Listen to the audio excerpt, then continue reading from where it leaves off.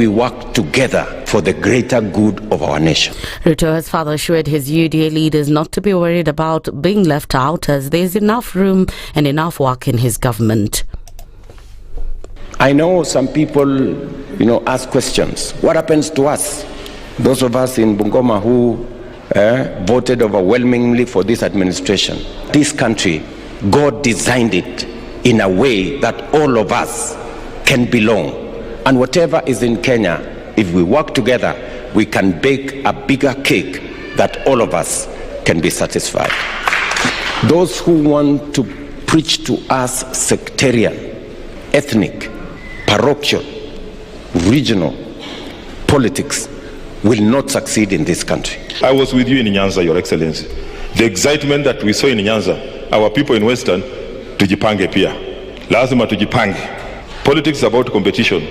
This event comes as President William Ruto is currently in Beijing, China, to attend an African Leadership Forum, the second trip he's been on since Gen Z castigated him for being more of a travelling than a working president. That's the Newswire. I'm Leah Ubaga.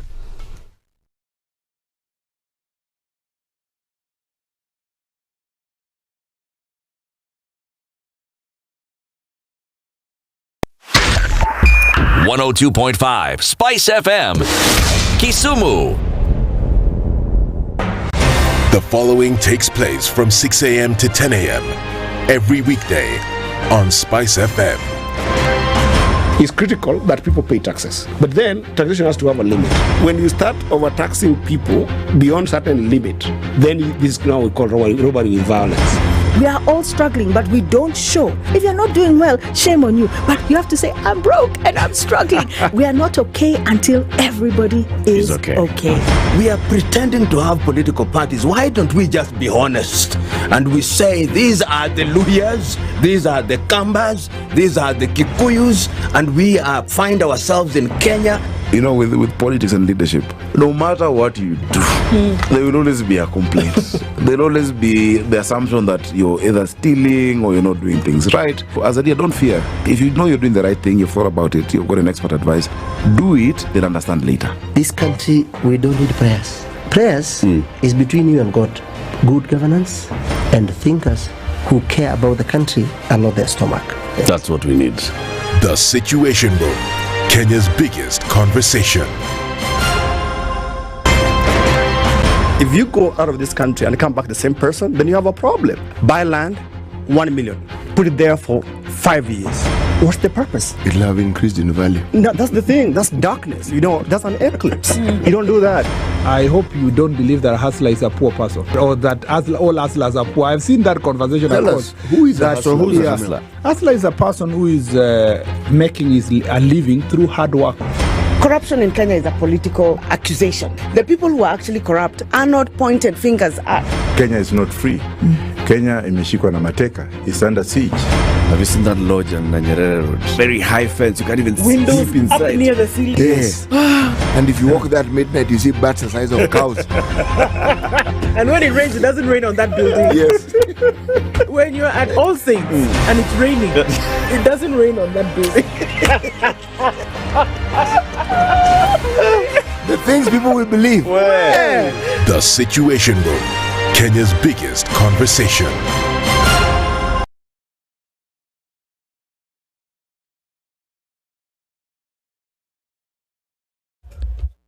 Good morning and welcome to Monday. All right, let's take a look at what's happening on these streets of Nairobi as you're getting in and out and getting into a new month.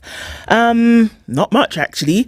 The Thika Superhighway will probably be teeming with traffic in a short while, but we're looking at not much of that coming into the city at this point. In and outbound traffic is doing the thing and getting us through and through without too much of an issue. Coming off on Outer Ring, also, that looks fine and no traffic as you're heading towards the Thika Superhighway, round from the Allsops Junction, or then coming out towards Embakasi at the Loop. Onto North Airport Road, and then a little bit of that going then towards Cabanas. Apart from that, we're not going to have too much of an issue looking through it and getting on to the morning. Let's talk and see ourselves through it. SpiceFM KE on X, hashtag The Situation Room.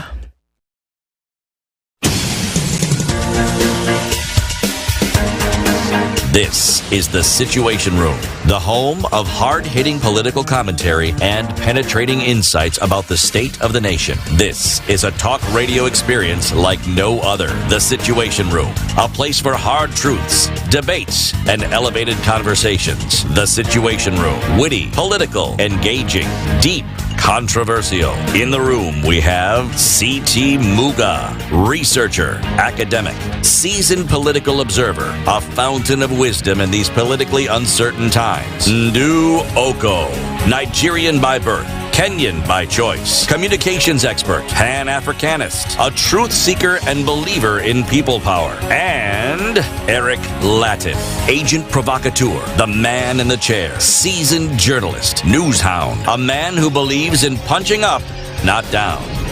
This is The Situation Room, the only way to start your day. It's the 2nd of September. It's 9 after 6. And here we are this morning with a chuckle to my left and a smooth face to the right. You can guess who's doing what. Good morning, everybody. Welcome to a new month. Ken. Good morning. My birthday month. Which day? 5th Thursday. This Thursday? Yeah. So we're going to eat cake and do some serious chop up. We will scatter this place properly. Nani, this thing of thinking about we will. You bring cake, we eat. In fact, I just carry cake. No, see, Ken. See, don't fall my hand, as we say in Nigeria. Don't let me down. Birthday on the 5th. We start it today. We scatter this place. Our whole month celebration. We scatter this place today properly. Get me a G7500. Okay, don't worry. That one will talk to the village uncles. What is that? Google G7500. It must be a vehicle. No. G7000. G7500. That's my dream. That's my wish for my birthday. It's a cake. Is it a gun? Is it Google, a drink? You will tell me once you look at Ed. G7. Look it up. G7000. G7 is those guys who meet. The president. Yeah, it's not those guys. This is something that I really want. 5,000. No, 7,500. G7500. Yes. It's a jet. Yes. Or more. $85 million. Where are you going? Get me that. G75 what? G7500. That's my dream. It's a aeroplane. Jeff Bezos just got his the other day. Ken said that you people who are walking and driving, sorry, not in the same league. This plane, it flies. If you want to go from Nairobi to Migori, it works. You want to go from Nairobi to Migori in 3 seconds. Say, Mom, I'm coming. Then I have to go back to work. LR, long range. Sorry. Yeah. Please don't be angry. No vex. That's what I want. See, I said celebrations we start today. Yeah. Then on Thursday you get me the G7. See, you'll be very afraid of me if you actually show. Ken, Kuja, let me show you something. Come. No, JK, everybody will see. You have to go to unwrap the present properly. Okay. You're well, though? Kabisa had a good weekend, an excellent weekend. Well done. Yeah. We'll not let people know how you let me down. That will not embarrass you. How are you? Oh, you see? How did you sleep? Did you have a good weekend? When I did. CT, good morning. Morning. You're looking resplendent in my favorite color. Yes, green. Huh? Yeah. Right. You're fine. And the shades of it therein. Exactly. Thank you very much. It's 12 after 6, guys. Coming into the new month, September 2nd, here we are. And Kenya's biggest conversation kicks off the month properly. Have you guys seen Edna today? She's also in my favorite color. You people are understanding this thing nicely. Is that green? Emerald. Oh. It's emerald green. It's beautiful. Even Regia is here. Can see you. Avin is there. There's another guy inside there called Frank. I'm just greeting everybody. Stand up and greet the people. Regia Minor, good morning. Shiro. Thank you very much. Today I'm in the spirit of greeting. You better take it because tomorrow may not be the same. Thank you. A number of conversations that we have lined up today.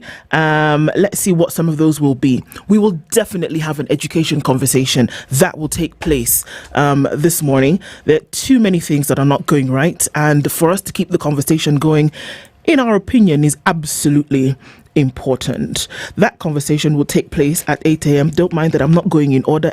Kenya's ailing education sector will have that conversation with FM Boaz Waruku, who is a strategy and policy advisor at Elimu Bora Working Group. Before that, at 7, the Deputy Governor of Kajiado County, Martin Moshisho Martin, will be with us at 7. We'll be looking at devolution in the counties. We'll also have a quick conversation about what the deputy governors are, kicking up a fuss about. And finally, at 9 a.m., redefining education through travel. The things that you see when you go where you go, like CT, for example, your experience is a consolidation of the different places that you have been. And I think actually travel should be part of a curriculum if you can. And doesn't mean that you have to get into a plane and go somewhere. But I thought it was. We thought it was. You should be able to go from place to place and learn from those experiences. It's for that purpose that schools have vehicles that School have bus. bus. Yes, exactly. Yeah. Children are supposed to go on excursions. It's part of the learning process. Take you from place to place. Yes. We'll have that conversation at 9 a.m. All right. That's what our conversations look like for this morning. Thank you for already trickling in the room. Those of you who are here, Karibuni Isana. And I know you're going to ask me, Eric Latif is still on leave. He'll take a rest at a Pumzika. Did I say that correctly? Yes. All right. We'll be back in a couple of days. In the meantime, the conversations continue. Let's take a look at what's happening with the weather today. And we'll be back after that.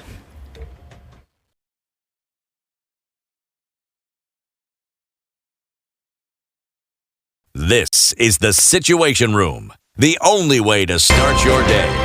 If we just gloss over issues and hope that time heals, then we might find that in generations to come, we might be back at the same situation. And the whole thing is born of stolen elections. Spice. When it comes to the decisions you make, you must be independent. There's no way you can allow one institution to dictate to you how you're going to conduct your operations, how you're going to decide cases. It's a no. When you weaken the institution to the point where they cannot take action, then you realize that politicians have to come up and now start dealing with the issues. That conversation has to die. Our politicians do not like the hard stuff. We must insist on the path of doing things right, whether popular or unpopular. Money changes hands. That is a fact. If you have political goodwill at the highest top, like in Rwanda, then corruption will be an issue of the past.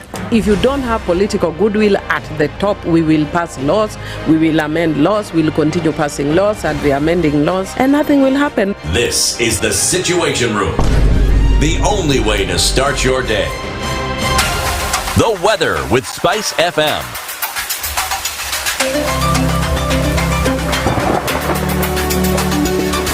Cloudy conditions in Nairobi, highs of 21, and we'll see lows of 13 through Monday.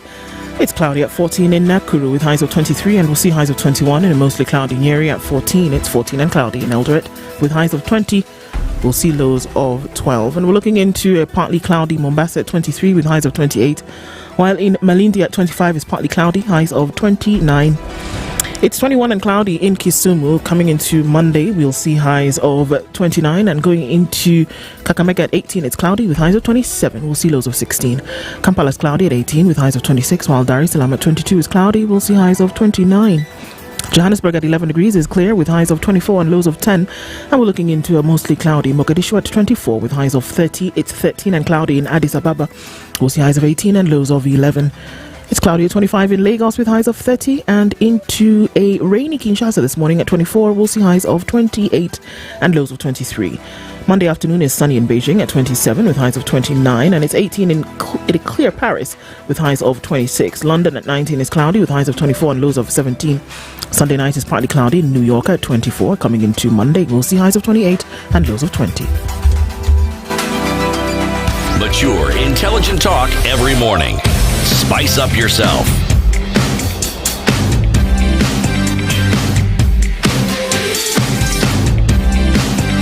Mornings done right. 94.4 Spice FM, Nairobi. Yeah, people are in the room this morning. No joking. Everybody's awake, and I'm glad to see it. Good morning, Ndu. It's my birthday. Please sing for me. Happy New Month, and God bless you. I love you all. Who is this? Collins Keme. Happy birthday to you. Happy birthday to you. Happy birthday, dear Collins. Happy birthday to you. There you go. Happy birthday, Collins. Have a great one and many, many happy returns as you take another walk around the sun.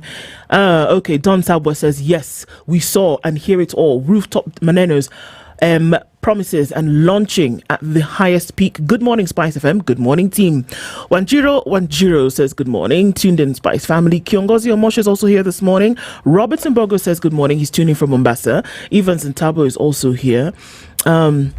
Yeah, we're seeing quite a number of accidents on the roads in the last couple of weeks, and too many lives lost, unfortunately. And really, may the souls of the departed find eternal peace. But then, I mean, there's a huge call for a lot of caution on the roads. It's just too much.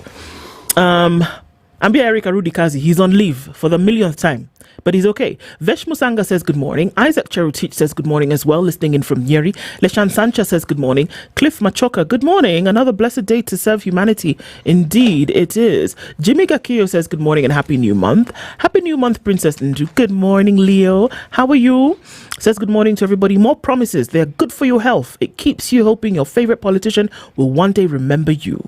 Indeed. Gypsy is saying good morning. JB Mutua is greeting all of us. Dominic Abuga, Frederick Chaboy, Irene Wairimo, good morning. David Adams says good morning. Good morning. Happy new month indeed. This thing of thinking, Ebu Wacha, who is thinking? We should think or not. Okay. Good morning, crew from the Situation Room. Good morning, Evans. Okay. Ricardo Marietta says good morning, kings and queens. Rachel Wajiro says good morning, good to have you. Hilary Mosota says good morning. Okoth Jeffrey is also here. Emmanuel Kipsang says good morning. Okay. Good morning, Kelandek, Karanja and Jehia, CPA Zachary Odio.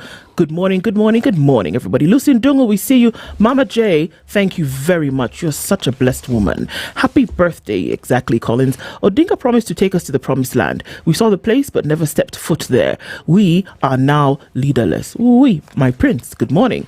Somebody's calling himself Baldhead and says top of the morning. Well, good morning to you. Everybody who's in the room as we get into conversations for today, thank you so much for being here.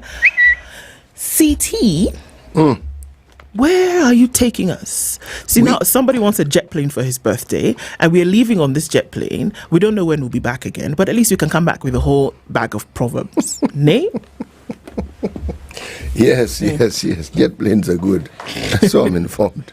Yes. And this G7 554 is also not a bad one. 554. All right. There's a cheaper one, G5000. Just in case somebody's not able. Just in case you can't afford the 85 million US dollars, there's the G5000. An economy one. Yeah. No, it's just a lesser version of. Yeah, but it flies. It still flies. Actually, it's one of the most beautiful ones. Still Nairobi to Migori in 10 minutes. Yeah. It's okay. It's okay. Yeah. Mm-hmm. Okay. In case you missed that one, there's G6000. I beg. See ya. Do they have bicycle ranges that begin with G also? Like G2. It's good. No, I like this kind of attitude. I really like it. It's good, eh? Right. We are in Côte d'Ivoire. One of my favorite countries. Remember what we had said. We are looking at African nations that border the oceans. Côte d'Ivoire is one such country. Otherwise known as Ivory Coast. Otherwise known as the Republic of Côte d'Ivoire. Oui. Yeah? Right. It's the southern coast of West Africa. Okay?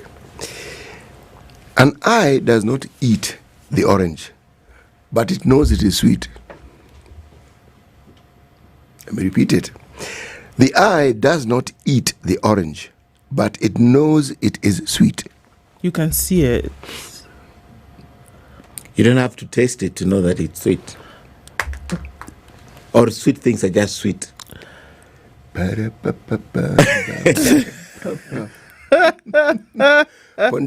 Keep going. Yeah, well. Beautiful things are just beautiful. You don't have to touch them. If they are, they are. I think if they are, they are. Aikweyama would have disagreed with you because he said the beautiful ones are not yet born. I think if they are, they are. If it is, it is. If it is, it is. It is. Yes. Bas. It's true. My mum used to say, or I think she still says it actually, that the eyes eat before the mouth tastes. Yes. Yeah. Yes. Presentation. It looks good. Is everything. But it's not always true. It's not always true, but you would be attracted to if it looks good, you want to eat it. Yeah. But if it doesn't look good, then the You're not likelihood attracted at all. of the likelihood of you wanting to eat it if it doesn't look presentable is lowered. Abi? Very true. Thank you very much. Let's see what people have to say about that today, isn't it? Let's find out what our guests will have to say about this proverb. Yes. Okay, let's look into the headlines. On the front page of The Standard, a headline that I actually agree with, misplaced priorities. The country faces a myriad of problems, from the teacher strike that is threatening to derail secondary school national examinations, to a jittery Gen Z youth who are calling for good governance, to the imminent threat from the Mpox disease. However, the president and his executive are busy politicking. Where is he now? Headed to China. Okay. China is good. It's good. And before he lands, we have 40 billion to complete pending projects. 40 billion. When are they going? Before he lands Tonight. there or before he comes back? Before he lands. Okay. The money came last week. 40 billion, I think, or it's on the way. 40 billion. So they're going tonight. So these projects that are uncompleted, I think it's left or it's going tonight. The 40 billion will be used to complete the project. Yeah. So China we said, hey, you guys need this money. Let's send it before your president lands here, so that you don't say that we came for it. Oh, we bless the name of the Lord. But it's a loan. Okay. Yeah. At what percent? ODS or otherwise, I don't know. We have to wait and see. If it's for development. To complete projects. It's not ODS. To complete projects. Yes. We have priorities here. You know what 40B can do? Where? How much money does the teachers need? No, their own is not even up to 1 billion. No, it's about 13. The one right now for them to go to school. Or to go to school, but 40B can do a lot of things. Oh, it doesn't have to go to development, and we need money. We need salaries. It can do a lot right now. A lot. Complete projects. Me, I'm not going to comment because even a billion, my mind has difficulties figuring a million. So. A million. So it's a millions. Yeah. Opinion splits on Kalonzo's role. Oh my God. As opposition head. That's another headline. Do that as you wish. Africa heads eye loans in China. I'm not sure. But okay. New food safety laws underway for Kenya. Chandaria, my encounter with Queen Elizabeth, of course, is a book serialization of Manu Chandaria. Hire school buses at your own risk. A judge has raised issues with legal and financial risks associated with hiring out school buses for weddings, funerals, in the event of an accident. Because what are you going to say you are doing? The school bus is for ferrying school learners from point A to point B. But they're also for the community. Yeah, but for what? Things outside of school-related activities? Yeah, the community can hire. The schools belong to the community. What if the community contributed to buy the bus? Perhaps. Or the church contributed. Now church choir is going to Zimbabwe. Why can they ride in one? Do you know my alma mater has 2 Mercedes-Benz? Come, this your Efizi that people used to carry everywhere. It has brought you to... 2 Mercedes 60-seater. Why is that community around Maseno not borrowing those buses to come to Nairobi? A judge has said you do it at your own risk. You Maseno and your Mercedes Benz. Don't do it. The teachers or the students? All of you. Weddings, funerals, those things you go to Zimbabwe to do. They said don't do it. Mudavidi's star shines brightest. Former cabinet secretary has been thrust into the limelight courtesy of political differences between the president and his deputy and recent diplomatic campaigns. I think that's just about enough. We'll give to that particular one. Let's see what's happening on The Nation. In The Nation, I like a story here that is down below, and it's about investigation. So, too hot to handle high-profile cases, the Directorate of Criminal Investigation seems unable to crack. One of them listed here is the death of Chris Musando just before the 2017 election, right? Administration Police Sergeant Kipiegon Kene. These are murders and disappearance. And there's a friend of mine who also disappeared 3 years ago. And we don't know where he is. The family keeps on asking, where is this guy? So some of these cases that DCI is unable to crack. Now, the other side of this story, is Kware murder was solved within 12 hours. My friend. How? Magic. How? Magic. These ones have been there. So anyway, the splash in The Nation.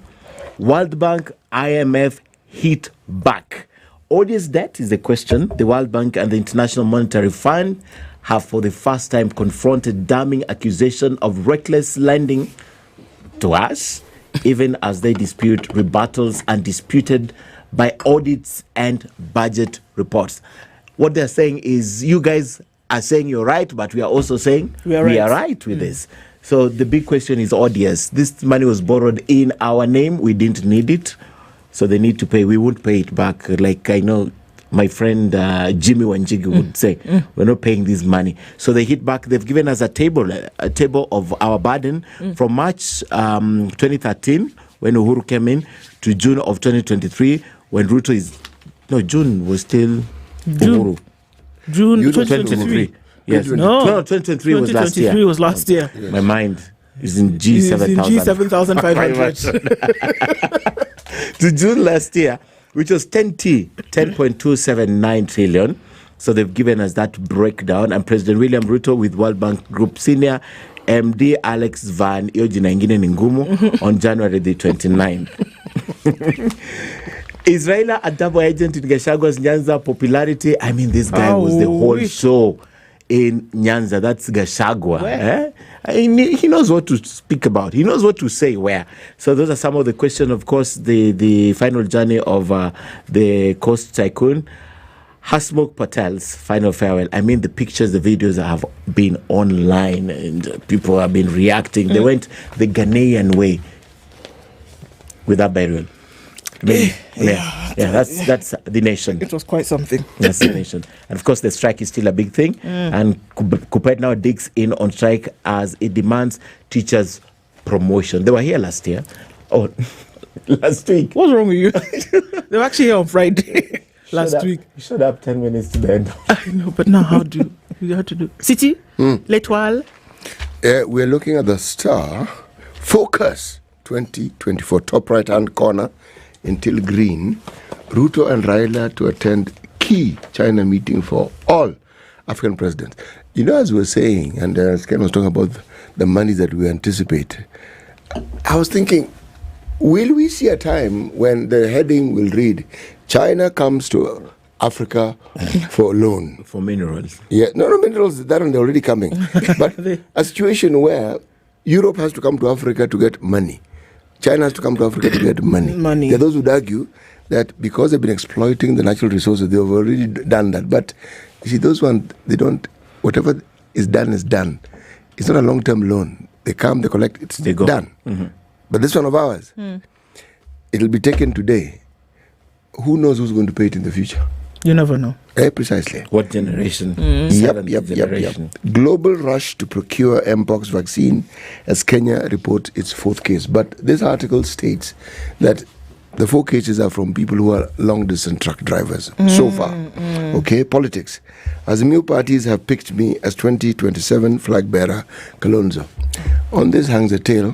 We will see as it unfolds, and we will see as it unfolds. Exactly. Man 40 seeks help to remove bullets lodged in chest for 17 years. This as a result of post-election violence. This story is on page 23. Now, this one is going to be something that will touch close to home because it touches on your favoriteest most topic. Damning. Head teachers summoned by MPs over funds issued to institutions. New audit uncovers financial rot in schools.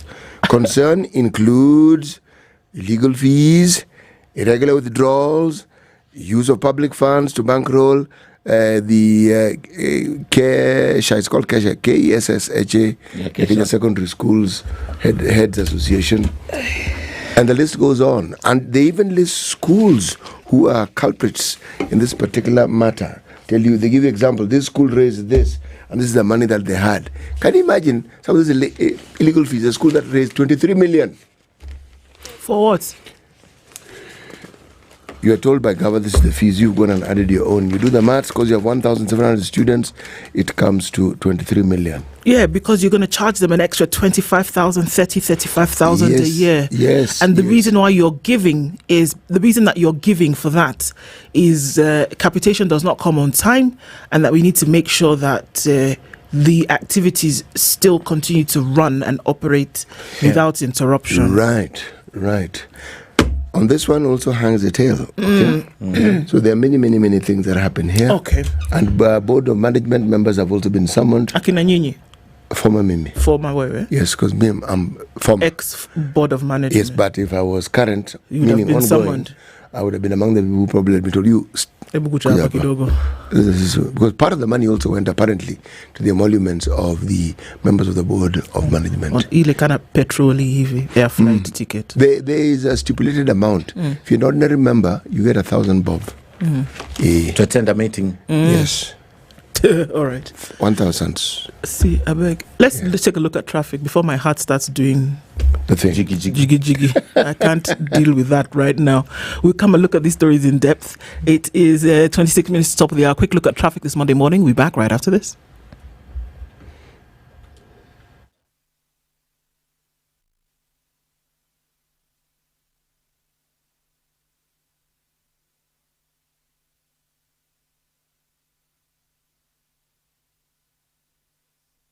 This is the Situation Room, the only way to start.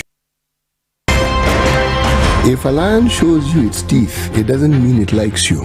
It doesn't mean it likes you. It won't start. A liar calls as witness one who is either dead or far away. Say it in Kiswahili. Below, nin inte, yenin there, ayu markati kadikta. You know this character called liar. He has disturbed people.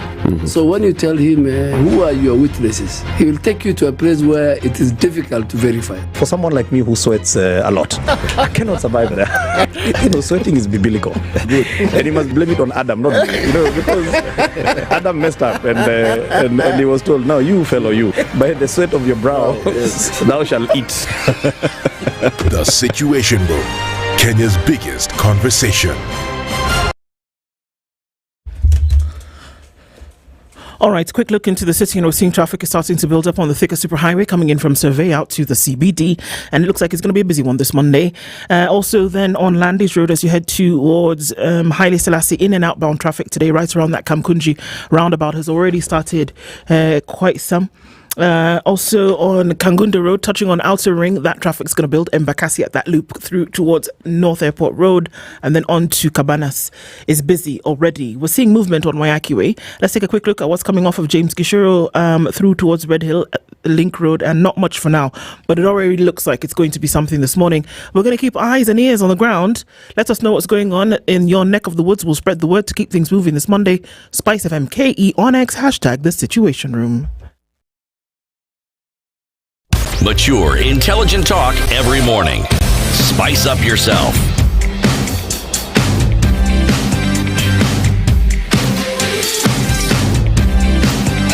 Mornings done right.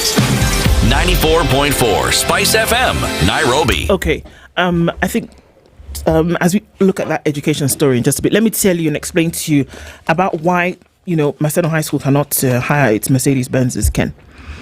In a landmark decision that could reshape practices surrounding school transportation, Justice Rosalind Aburili of the High Court has issued a stern warning to education institutions and the public regarding the use of school buses for private events. Now, her decision, delivered in a case involving a school bus accident, emphasizes the significant legal and financial risks associated with hiring out school buses for weddings, funerals, and other non-educational activities in case of an accident. The case at the heart of the court decision involves a school bus which was insured under a policy specifically designed for educational use. So the bus is insured, but the insurance is strictly under educational purposes. So you cannot go for the wedding in Zimbabwe, unfortunately. You're saying that isn't educational? The wedding in Zimbabwe? Yeah. No. I don't know of such a policy. Does it exist? That we insure your bus against only things that involve education. They can only insure the people inside the bus. They can't insure the vehicle. The vehicle. How you insure? You can insure the vehicle also. Yeah. A comprehensive insurance. So the people, the vehicle. Takes all of that into consideration. Yeah, but now while under certain activities, yes, you can. You can take a policy under certain activities. So if something happens in this bus while you are undertaking activities outside education, we will not cover. Then we generally insure the car. We don't insure it for education. We just generally insure it. Allow me to continue so that maybe you can understand. The incident took place on April 23rd, 2023, when the bus was hired out to transport church members to a religious event. In her judgment, Justice Aburili emphasized a common yet risky practice where schools, after buying and insuring buses for educational purposes, hire them out for various private functions. So apparently the insurance that comes for a lot of school buses is educational purposes. Justice Aburili said this poses a significant risk because the activities often fall outside the scope of the insurance policy. She emphasized that schools frequently breach the terms of their insurance policies by using their vehicles for commercial purposes. You get it? According to Justice Aburili, when accidents happen under these circumstances, the insurance policy may be voided. She said the voiding of coverage leaves injured passengers or their families without compensation, as the schools involved may struggle to meet the financial demands of legal claims. Now, the plaintiff, Old Mutual General Insurance Kenya Limited, filed the suit seeking to avoid liability, citing a breach of the policy terms by the defendant, Oder Boys Boarding Special School. So they, of course, did not want to pay because they said, hang on a minute, we insured this vehicle if you are going to use it for educational purposes. Now you guys are using it for a prayer meeting, whatever, so we will not accept liability. Now, the issues of revolved around whether the insurance company should be liable for claims arising from an accident involving unauthorized passengers. Old Mutual argued that the insurance policy explicitly excluded coverage for passengers who were not part of the school staff or student body. Now, on the day of the accident, the bus was involved in a collision along the Kakamega-Kisumu road, injuring several church members. Old Mutual contended that the insurance coverage was voided because the bus was used in a manner contrary to the policy's limitations. So the case was decided, adjudicated by Justice Aburili, and has now given, or rather set precedent for the future, that hire out these buses at your own risk. If the insurance company now says that they will not take responsibility, they're probably within their right and you might end up losing sorely. Capish? But you know the point Ken was making is a valid one in this sense. If you look at the majority of the schools we have in this country, they happen to be in rural areas. Now, some of the more affordable modes of transportation, if you're going for social events, are those school buses. It's just a simple truth. And many of those schools don't have functions on Saturdays or Sundays. If they do, then it is not going to be possible to even lease or to hire the bus. But on Saturdays or Sundays, it is a practice that has been there for the longest time. And part of the reason is because that very community, as Ken put it, contributed significantly, not perhaps did contribute to the buying of those buses. Because when you talk about a local school or schools in the rural areas, the majority of people who go to those schools come from there anyway. And so the parents are members of those communities. So when it comes to contribution, when they have their Harambes, they are the individuals together with the school management and the committee within the schools. So what would make sense in this case is then for you to expand your insurance and say that we will be using them for other activities aside from the educational ones. Because then what that does is that it covers you. In this case, we've had too many cases of accidents where people have been injured then the insurance will not, assume liability because it was outside the scope of what they did. So if you know that it's some kind of commercial activity, then expand the scope of the insurance. And then, according to Justice Aburili, you'll be fine. I think what's happening here is just trying to avoid that liability. There is no way they will fail to pay if they follow that policy. My point is this. When you insure a motor vehicle, you insure it comprehensive or third party, which means if today you're telling me that if I give you my car that is comprehensively insured, you're saying that I insured it for my own personal use, not the motor vehicle. So that if something happens to you and the motor vehicle while I'm not in it, you'll not be compensated because it was insured for Ken. because I'm the one paying the premium. That is what you're telling me. But I think what they're doing is they'll pay for the motor vehicle and refuse to pay for the people, especially if it's not the students who are in there. They refuse to pay for the people because the people in the bus at that time were not members of those who they said they will cover. Had the people in the bus been school staff and students, then they would not have a problem. But now the people you've carried in this bus are outside of what you're covering or who you're covering.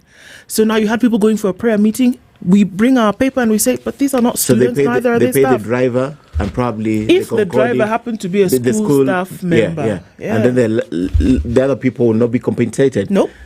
But that is where I'm asking now. What happens because I'm the one paying premium for my car? Yes, but when you were paying, you said it is for 1, 2, 3, 4, 5. Now you went and did 11, 12 to 15. Yes, you do, but this is a passenger service vehicle. Yes. Yours is a personal vehicle. Yes. Yes. Now, the terms of insurance, from what Ndu has read, it looks like when you have things like school buses, there are specific conditions that you can be given for those particular taxes. But I mean, for the insurance taxes. God. It's one of the judgments that I said the judge was overreaching.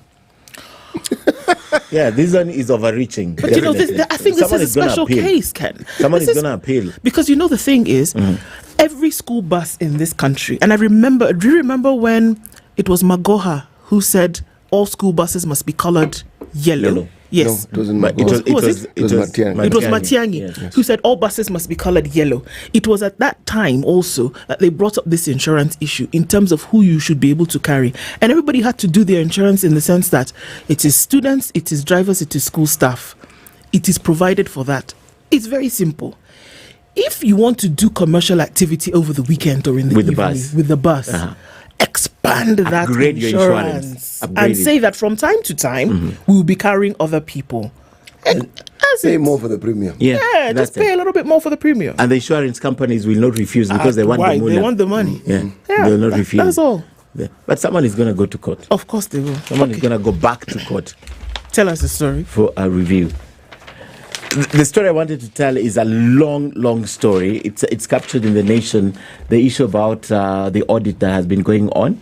And for the first time, the World Bank and IMF are responding to the Kenya's debt heist claims. So a part of it is how much money we owe. At a time when Kenya is battling a 10.5 trillion debt, reports of hundreds of billions in borrowed money that can't be traced to any project. In a candid response to The Nation, the Bretton Woods institutions address concerns about the cost and legitimacy of the loans we have and trust Busia Senator Okia Mtata and Jimmy Wanjigi to be mentioned in this story because they are the ones who've been speaking a lot about the debt. So the long and short of this story is the fact that there's a lot of stalled projects that were funded by World Bank and IMF. And the question is, if these projects were funded fully, where has this money been going to? So sort of they're contradicting the audit reports that have made these revelations. They're also contradicting a lot of this information that are flying out there. Some of these debts were unnecessary and were not borrowed in our name, and we shouldn't be paying them. Some proponents have made so clear. So that's a long story in The Nation. If I start looking at it right now, itaisha kesho. Okay. But let's talk about the page 7 story.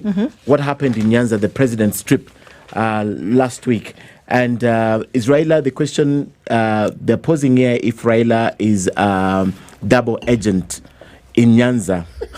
Gachagua has persistently been painted by critics as isolationist. I almost missed it. Who only cares about Mount Kenya interests. In fact, at some point, Junaid Mohammed joked that when you're flying here, there were a couple of hills he would give you so that you adopt them. So, Usipende tu Mrima. He also like this. So, for a man who had, for the past 2 years, been dismissed by his detractors as lacking relevance outside his Mount Kenya-based Deputy President Rigathi Gachagua has stirred political waters by making a strong show in Nyanza region. This guy knew what to say and where and how to say it.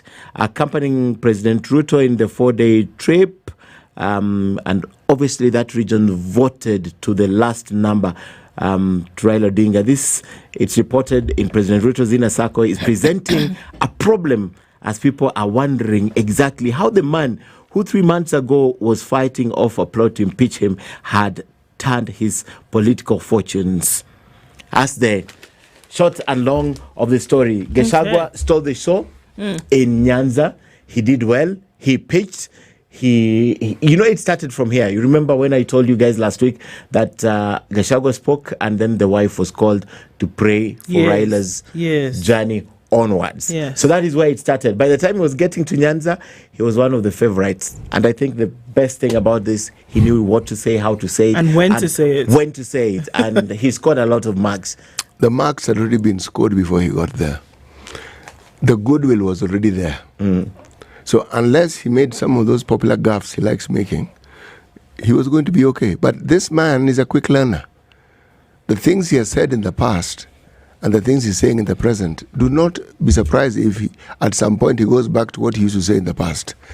Because he has actually learned that as a politician, one of the things you first do is you dislocate your backbone.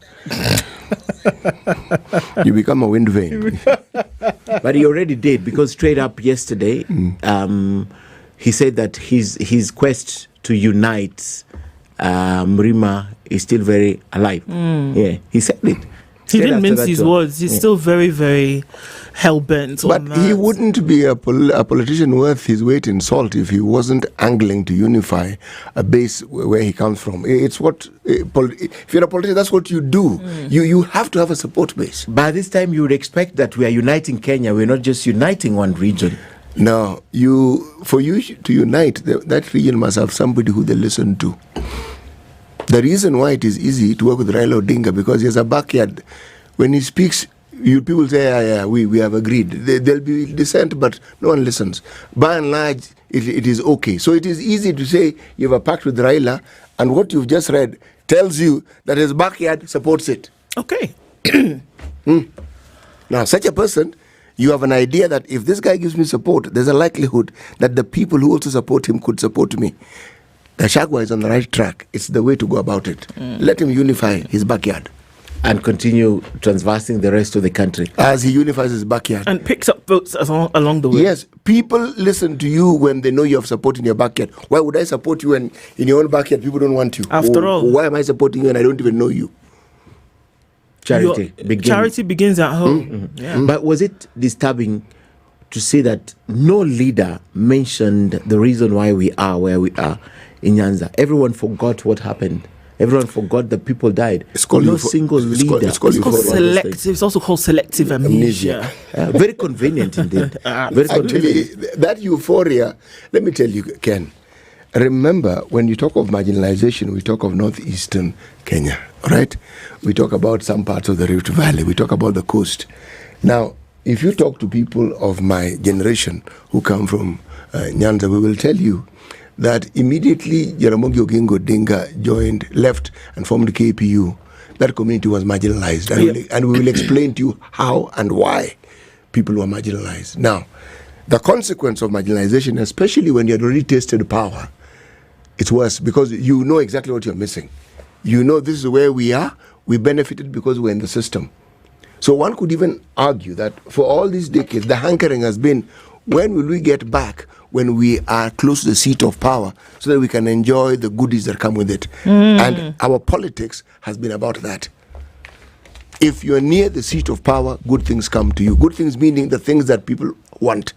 And if your people are in the seat of power close to it, then you definitely get a lot. And it's demonstrated in terms of the people who are given positions in this country. Exactly. So, if that is the case, and that is what people have believed, so when people take the view that one of their own is now in a position of authority, like say, treasury, energy, it's translated as we are controlling all the money in Kenya. Hey, then we're controlling all the energy. That is how it is perceived. So they are happy. That, it doesn't translate into their lives changing, will hit them later. But at the time when that has happened, the euphoria is, we have arrived at last. But don't worry, reality has this nasty habit of knocking at the door when you least want it. They'll realize that even with all that, your lives have not changed one iota. Indeed. Yes. But indeed it should change though. It should change. It should be that people benefit.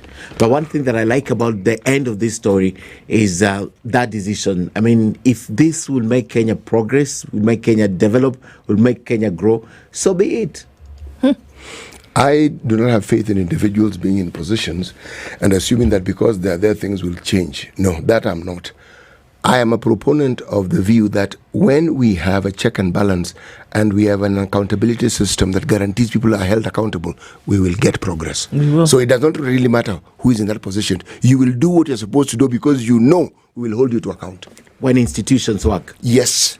While we're having that conversation, before you give us your story, CT, the one you wanted to select, I just thought I'd let you know that on the front page of the Business Daily, there are pictures of 8 members of Parliament, and the story up there is shame over bursaries. Remember when we were talking a couple of weeks ago about poor folks who wake up at 4 a.m. to go and get a bursary check of 3,000 shillings, 2,000 shillings? And the Auditor General has now revealed that while some of the candidates given education cash could not be traced, as per you were given money to go to school, we now don't know where you are. The school that you said you're going to, we don't know. CDF committees did not provide crucial support documents on vetting of needy learners, while others failed to produce acknowledgement letters from beneficiary institutions. What does that mean? Some of the members of parliament that we see here from Saboti, North Hor, Rongo, Kapsaret, Laikipia East, Nyeri, Njoro, Thika Town, and Suna West, quite a number of those whereby they are being asked questions. As per where did the money go? These candidates that you gave money, where did they go? When I tell you that education is in a mess, that's what I'm talking about. So, CT, go. Right. We are looking at the story on page 3. Rush to get Mpox vaccines as Kenya reports 4th case. 4 cases reported by Sunday, mostly among long-distance truckers. Let me just read 2 paragraphs. Global partners are scrambling to procure Mpox vaccines to help stop the ongoing spread of the disease. Kenya has reported 4 cases by Sunday, meaning yesterday, mostly among long-distance truckers, but health officials suspect there are more undetected cases in the country. At the same time, UNICEF announced it had issued an emergency tender for the procurement of vaccines to contain the outbreak. The UN Children's Agency is the world's largest single vaccine buyer. Its tender was issued to help secure Mpox vaccines for the hardest hit countries in collaboration with Africa CDC, Gavi, the Vaccine Alliance, WHO, and Pan American Health Organization and other partners. Under the emergency tender, UNICEF said it will set up conditional supply agreements with vaccine manufacturers. Okay. Meaning we'll get them at concessional rates, and we should be able to get them as and when we need them, not after the need has passed and has been overtaken by events. Okay. This is a good thing, I think. It is a good thing. COVID taught us how to up our game when it comes to response. And what I've just read tells you about the response and the understanding of how to respond and how to respond expeditiously. Okay. Yes. Let me tell you what's going on with Kupet. I think it's necessary to do that. Just as an update, Kupet digs in on strike as it demands now teacher promotions. It's a story that's carried on page 8 of The Nation today. We did have the Secretary General in the studio Friday, and just an update on that. The union says the strike is more than just about salary increments that the state had promised to pay. And Akelo Misori in this quote says TSC's refusal to engage in meaningful negotiations has left us with no choice. We are prepared to go to any lengths necessary to secure justice for the teachers. The top decision-making organ of the Kenya Union of Post-Primary Education Teachers yesterday resolved that its members would carry on with their strike until their employer promotes teachers who have stagnated in various job groups. The National Governing Council said the job boycott, which enters its 2nd week today, would be intensified until their demands are met by the TSC, that's the Teacher Service Commission. He says our struggle is not for a mere 1,050 shillings increment. Teachers have loans to pay, and many have invested in further education. Yet, without a review of career progression, their efforts are being undermined. This is according again to Akelo Misori. The employer has refused to acknowledge the hard work and dedication of the teachers who've gone the extra mile to further their education. Now, note that this was one of the things in the CBA, that there would be constant, what's the word I'm looking for, review. And that all these things will be taken into consideration. Remember the training that was necessary?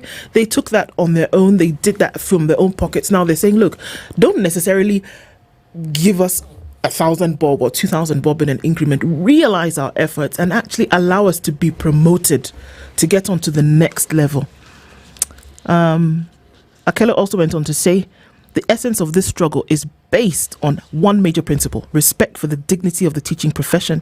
We have followed all the legal processes to air our grievances, but it is clear that the TSC is intent on punishing and oppressing teachers rather than addressing their concerns. The strike, which has paralyzed learning in nearly all public secondary schools, has escalated to what the union teachers are calling a struggle for justice. Teachers who have furthered education and attained higher qualifications are being denied the promotions, according to TSC rules, should come automatically. And it argues that the TSC's refusal to elevate these teachers not only is unfair, but detrimental to the future of education.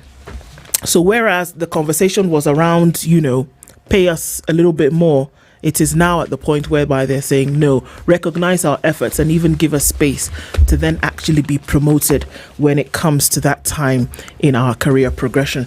Let's see what this looks like this week. We will be having an education conversation today. And even as we get to some of those points, we'll see what the temperature will be. Those are some of the priorities which are very important, but we've had a whole weekend of homecomings and Thanksgivings and getting on planes and flying all over the place. But, I think it's one of the things that's necessary to look at when you have an education system in the country, which, again, I say is currently in crisis. All right. Let's look at what happens as we get into more conversations. It's 7 a.m.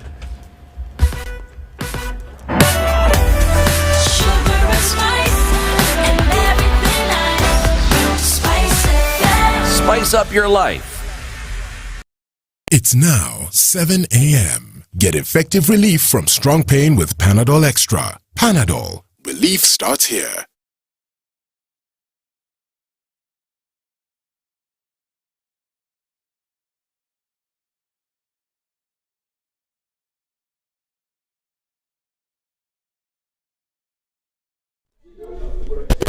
Good morning. This is the News Wire. I'm La Ubaga. The Ministry of Health says it has continued to put in place measures that will prevent further spread of mpox into the country. Speaking while inspecting the Jomo Kenyatta International Airport, Health PS Mary Mudhoni said individuals arriving into the country will have to present their travel history. Mudhoni further said that health workers have been sent across borders to test individuals also coming into the country. So far, 4 cases of mpox have been confirmed in the country.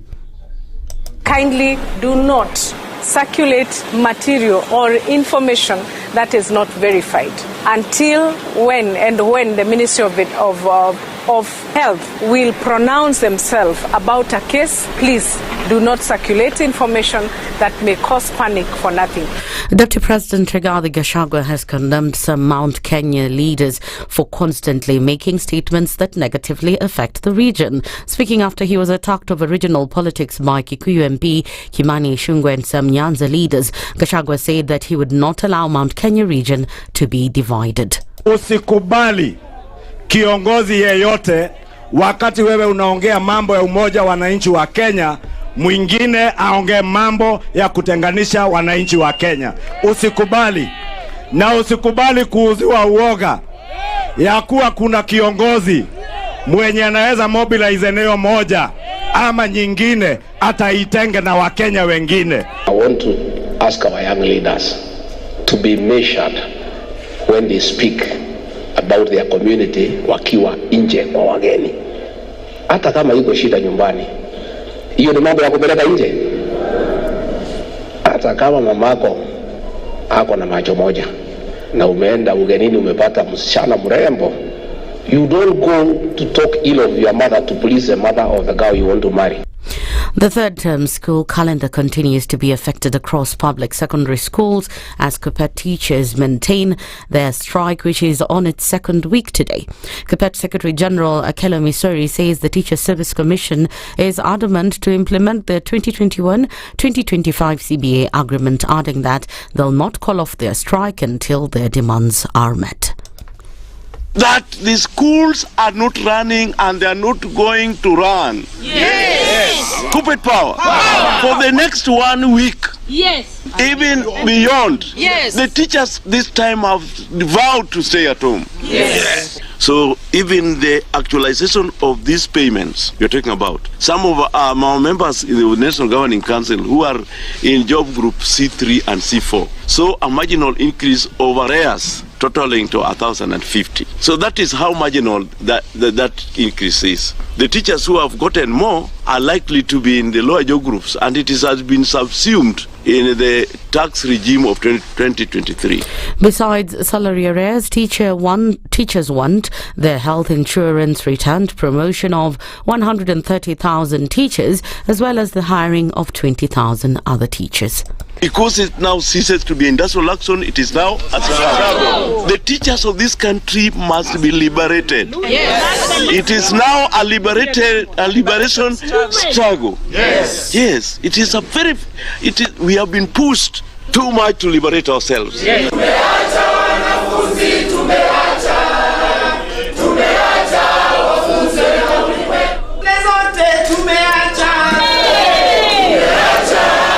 That's the Newswire. I'm Leah Obaka.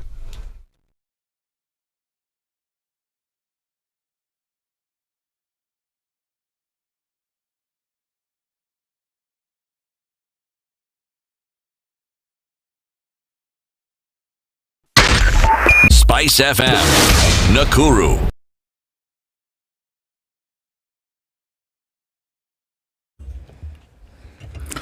Okay, so where are we this morning? Traffic in the city. We know that this is going to pile up. We've seen that there has been movement in different parts. All right, coming in from the Thika Superhighway, traffic is heavy all the way beyond the Allsops Junction.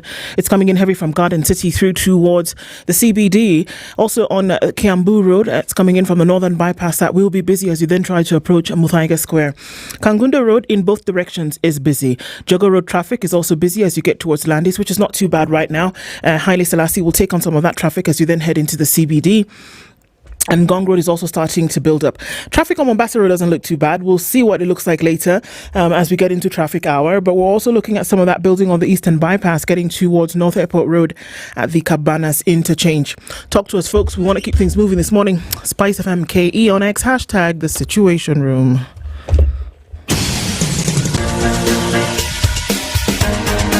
This is The Situation Room, the home of hard-hitting political commentary and penetrating insights about the state of the nation. This is a talk radio experience like no other. The Situation Room, a place for hard truths, debates, and elevated conversations. The Situation Room, witty, political, engaging, deep, controversial. In the room, we have C.T. Muga, researcher, academic, seasoned political observer, a fountain of wisdom in these politically uncertain times. Ndu Oko, Nigerian by birth, Kenyan by choice, communications expert, Pan-Africanist, a truth seeker and believer in people power, and Eric Latin, agent provocateur, the man in the chair, seasoned journalist, news hound, a man who believes in punching up, not down.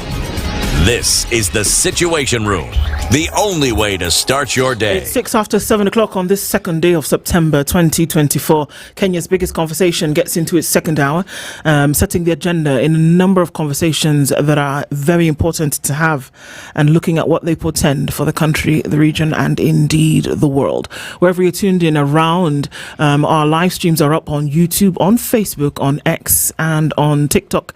And as we get into some conversations this morning, our guest for this hour is already seated, and also our audience is on KTN. Can't forget that. Our guest is seated, and he is the Deputy Governor at Kajiado County, Martin Moshisho. Martin has been here before. Good morning to you, DG. Good morning. Good morning, and thank you for hosting me this morning. Karibu sana. Asante sana. The man from Kimana, for who you guys would be speaking a particular language, is on leave. Yes. And I can't remember the greeting that he would normally have used to say hello to you this morning. So maybe you can help me. Yeah, he should say, my friend Martin Suba. Suba. Yes, Okay. then I will answer my friend Latif Iba. Suba? Iba. Very good. Good. Okay. Karibu sana Asante. to the hot seat of the Situation Room. And we'll be looking at a number of things today in terms of devolution and how it has served. You also sat in a position as the chairperson of the Deputy Governors Forum. We've heard some rumblings coming from the Deputy Governors Forum just recently in terms of give us work so that we can actually make an impact. But before we get into all of that, let's greet you in Situation Room style. CT, as you know, travels the continent, the one man who doesn't need visas all over the place to do that. And he comes back with a proverb every week from a particular country. So I'll let him tell you what that is. And maybe you can now tell us what you think about the proverb that he'll share. Okay. Proverbs for the next 2 weeks will be from countries in Africa that border the ocean, okay, whether it's Indian or Atlantic. Okay. And our proverbs for this week come from the Republic of Cote d'Ivoire, previously known as the Ivory Coast. Okay. You wonder why it was called the Ivory Coast, wouldn't you? Yeah. Lots of elephants. Plenty. They're not so plenty now. No, not anymore. No. Right. An eye does not eat the orange, but it knows it is sweet.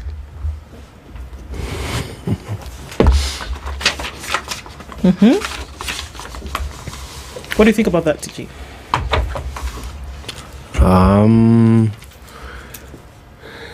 Maybe because of the color. It is quite appealing. Yeah. Yeah, attractive. And yeah, maybe that is the idea that the eye has for the sweetness of the orange. Yeah. It's appealing, it's attractive, so the eye believes that it's sweet. Yes. Huh. Yes, well, in this case, it's simple, it seems to make sense. Yes, it does. Right. Okay. So, Karibu, once again, even as we get into this, an overview of how devolution has been fostered in the counties and also being able to look at it from a deputy governor's perspective. And we'll get into the details of that later in terms of what the rumblings are and asking for some kind of greater or in-depth representation by deputy governors. But devolution really is rarely looked at from the eyes of deputy governors. But at the same time, if we can just do an overview, what we've been seeing, we're well into, as old as when we saw devolution really kick in going into 2013 and where we are today. What are your insights and how, if you were to give a scorecard, how have we seen that this has been working so far? We have just marked 14 years of devolution and 14 years of a new constitution. And we want to thank our country for having a constitution that has bore into devolution. And we say devolution is one of the best things that has ever happened to our country. And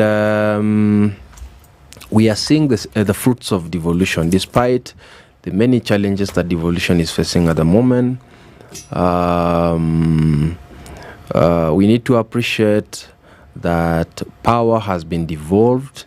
We want to appreciate that services has been devolved to wananchi, and they now can access a lot of services that they didn't get an opportunity to access there before. Therefore, we want to say devolution is working despite the challenges that is facing at the moment. One of the challenges that devolution is facing is, of course,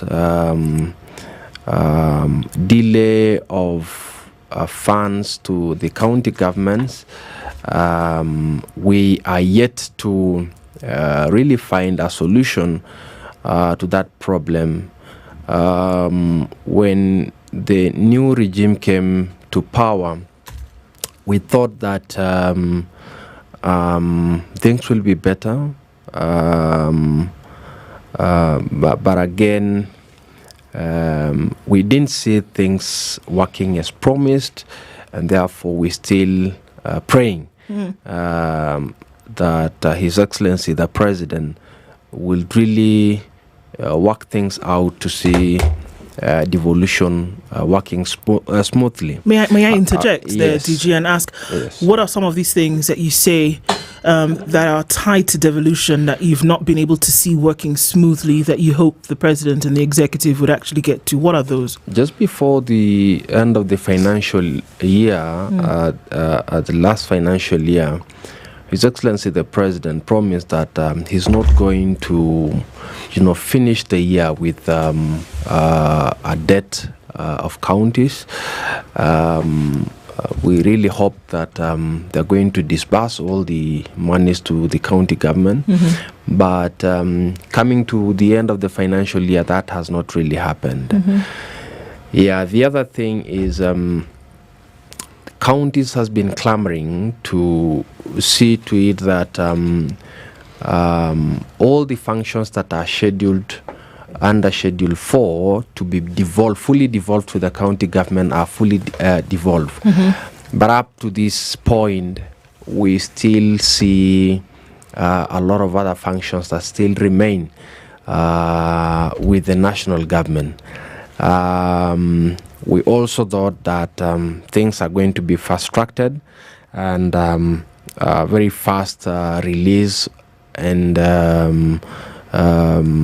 dismantling of these functions and devolved to the county government.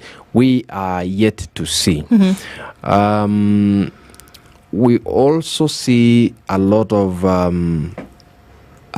cuts of money meant for county governments, and that really hampers service delivery. Of course, to the county government. You remember, you know the share of county governments from the national collection is merely 15%. Yeah, very little money, and again, if that money are cut, then it really affects service delivery in counties. Okay.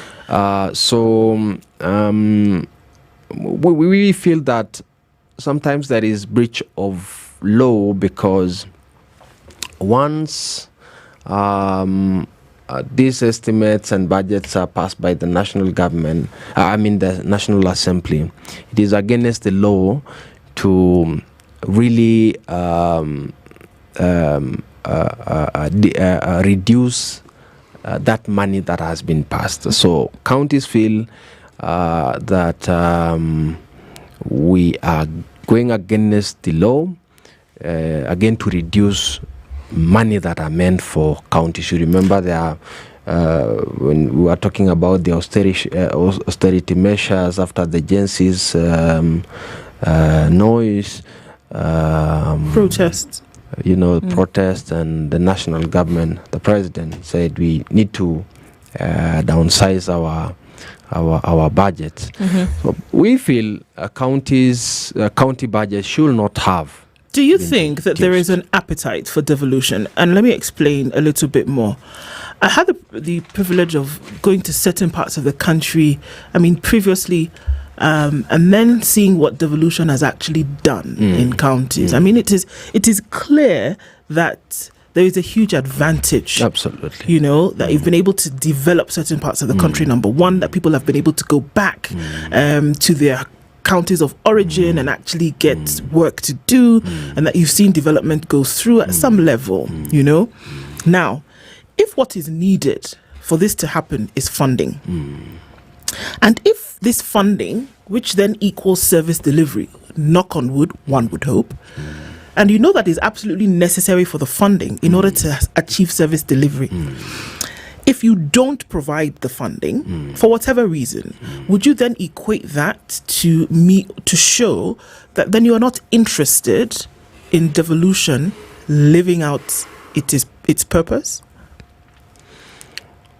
Our feeling is devolution is being threatened. And we honestly pray that every citizen, every leader in this country supports devolution. Of course, devolution is a new thing. We used to power at the top. The national government has also shown signs that they are not yet ready to release some functions. And honestly, there are still a lot of duplication of functions in our country. When you go to the water sector, water is devolved, but you find there are a lot of other functions that the national government is still holding on to. There are a lot of parastatals and bodies around the water ministry, and that is just an example. But if we can release all these functions to the county government, then we reduce duplication and we can focus resources on one point, and that is when we can be able to realize these services that Kenyans really want. So national government are still holding on to some functions. They feel unwillingness to release. So that is our feeling. Money follows function. And money follows functions, you're right. Yes, money follows functions. If they retain the function, yes. And that is why we are clamoring. We are advocating for, the release of these functions to the county government so that we can have funds, following all these functions. Okay. Yes. Do you think that from what we see, that if we don't see an improvement, that devolution as an idea, devolution as a practice could start to whittle away? I think Kenyans have tasted the fruits of devolution. They have seen it working. When you look at every sector in the county government, there is tremendous improvement. Kajiado County, for example, before devolution, we didn't have a proper level 5 hospital. Right now, we have a very, very advanced referral hospital. We now have almost 6 level 4 hospitals from zero. And, a lot of health centers and dispensaries. We're now trying to, reduce that gap. A county like Kajiado, that is so fast. There before, you have to walk 20 to 30 kilometers to access a dispensary or a health center. World Health Organization say that the standard distance is 5 kilometers and you should access a health center. So devolution has come, has really, really reduced that gap. And I think Kenyans are not ready to allow devolution die. And therefore, we will push, and Kenyans themselves will push to make sure that devolution will continue working. Yes. Very interesting, DG. I like to pick up from money follows functions. Yes. There are two reasons why perhaps the government is not releasing the money. The first reason is because they want to hold on to these functions. True. So that they hold on to the money. Yep. That could be the first reason. Yep. Second reason could be because even the little that counties have been trusted with in terms of functions, they have not been well executed. They have not proven to Kenyans that they can. Education sector, a little bit of health sector that they have been given. They cannot prove to Kenyans that they have indeed succeeded with the little they've been given. So when you demand more functions, which means more money to the counties, and even the little you have, there's not much to show for it. Don't you think this is the reason why perhaps the functions have not been fully devolved? Because the national government that traditionally has held on to these functions and executed these functions still feel they can do it better. And they're still looking at counties and saying, why don't you prove to us that even the little you have been given, you have done something with them? There has been a narrative that is being created to suggest that counties are corrupt, governors are there to embezzle funds, and they are following the 15% that is devolved. And we have left, the 85% not very keen on it. And when we receive the 15%, spread it over and share it with counties, and the huge amount of this money goes to salaries. Those are recurrent expenditure. That is money that you cannot really interfere with. Why not? Salaries you must you employ so many people. Salaries you just have to pay people. It is not someone who has embezzled. No, must you employ so many people? Yes, there are counties that are really trying to, be at the percentage that you're supposed to. The requirement should be not more than 35%. Yes. Many counties are at 65%. Yes. But either way, even the national government has surpassed. Oh, don't worry. They are 46.5. They are the flag bearers. Yes. They are the torch bearers. Yes, and that is why I'm saying, let's not suggest that the devil is only in counties. Mheshimiwa, let me just say something. But let me say, yes.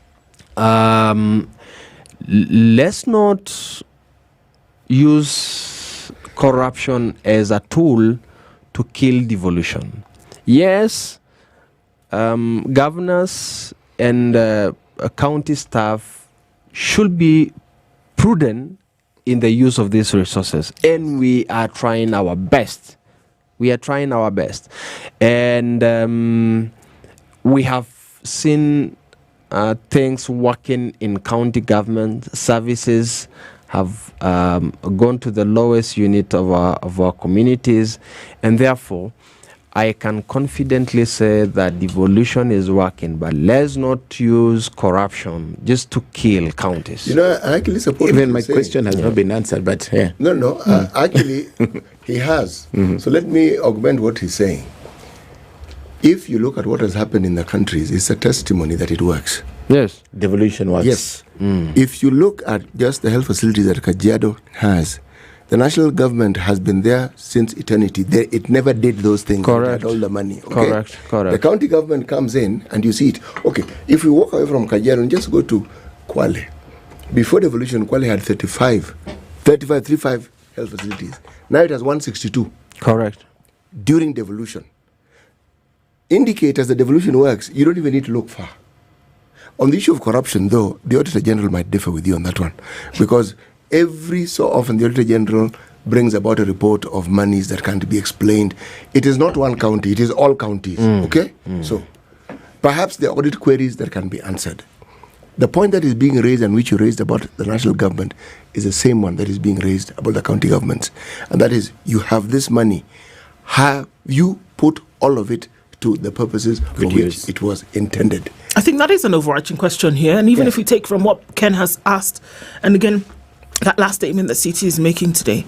So do you think, with the 420 billion shillings that goes to counties, right now 390 billion shillings that goes to counties spread across 47 counties, is it enough for us to see, apart from the huge chunk of it that goes towards paying salaries, which you've talked about now, is it not enough to see that we would see some traction from the 35 to 162 that we see in Kwale County to the number that we see, in Kajiado, or around where you go and you see that roads are paved, markets have been erected? there's still the issue of corruption. That money comes in that doesn't go out to fulfill that function that it should over and over again, and we still say that there's still some that's left at the national level. I don't think we are right to say that there are monies that is finding its way out, not doing what it was intended to. Governors are doing their best to make sure that money goes to where it was intended. There's no money that's lost at the county level to corruption, DG? I don't rule out, but there are procedures to follow such. We have the Auditor General who always comes and audits what counties are doing, and that report is submitted to the Senate. The Senate always summons governors to explain how this money is used. Where there is a query, they provide explanations. So that has not been a bigger problem than that we can say has led to hampering development in the counties. I don't rule out some mismanagement here and there, but I don't want us to use to say that governors are killing devolution. Do you think that the funds that have been provided for counties can be used better even before the clamour for increased funding to counties?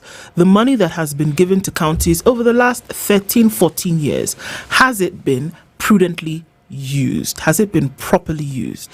I can say yes. This money has been prudently used, except in a few counties that, of course, we see its leaders being implicated. We have seen some governors, still being followed up to now. We saw even former governors, conviction and a sentencing just last week. And those who did that will be responsible and they will face the law. Mheshimiwa, we're not putting you on the spot here. We follow the Auditor General's report. Yeah. And audit merely tells you what they have found. They don't conjure something up and say, well, we're thinking. They say, this is what we've seen and we'd like a response to this. If I pick up from what you are saying, when we say it is supposed to be 15%, this 15%, I get confused sometimes. What is it 50% of? Total revenue, equitable revenue? Yes. So if it's equal revenue, why is it always the same amount? And our revenue increases and it changes. Because our 15% seems to be only a constant. Yes, they moved it up the other day, then reduced it. But in all honesty, what Mheshimiwa is saying here is true. We've been flaunting the law with regards to that equitable share. It's not supposed to be 15. It's not supposed to be. That was not the understanding. But they say it is 15% of the last audited, I don't know, audited well, the audited report. accounts, but you see our revenue keeps increasing. Revenue keeps increasing? Yes. You're very right. Yes. Revenue keep on increasing, and I don't know whether this these budgets and this amount is never audited again, because it is constant. We fail to understand how comes this amount never increases. So we have been pushing for that. Even through the BBI, the county governments were very strong about pushing that percentage to about 50%. Don't you think it's because of the Constitution? Yeah. Because it's in the Constitution. The percentage is prescribed in the Constitution. Yes. Because it says at least, so they're using at it's least. a minimum. The minimum. That is prescribed minimum. Yeah, that is a bare minimum. But there is room to increase that percentage. It's only the adamants of those who are supposed to do that. Okay, let's take a break at this point and come back. Deputy Governors also asking a couple of questions last week and saying, how about you involve us in the work that needs to be done? So here we are talking about the fact that, devolution has done its work around the counties over the last 14 years and that the monies that have been given out to counties, that county governments have handled this money well. But then deputy governors are saying we're not involved in the process in terms of how we ought to be working. Where does the rubber meet the road? Deputy Governor Martin Moshisho Martin is in the studio this morning of Kajiado County. And we'll look at that when we come back from this break. Don't go away.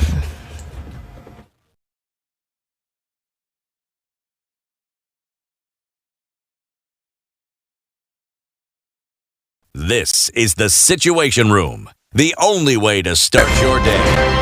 This is one of the hottest show that we can ever miss any morning, and it's a show that really gives a real situation in the Situation Room. Pleasure to be here. Thank you guys so much. Nduthai, nice meeting you. And even beautiful in person more than in photos. Say that again. Character is like pregnancy, you cannot hide it.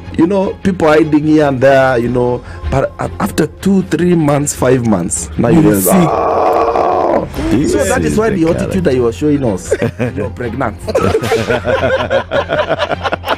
It's like what my grandmother would say, you cannot pickpocket a naked man. How's that? It's communal, isn't it? No comment.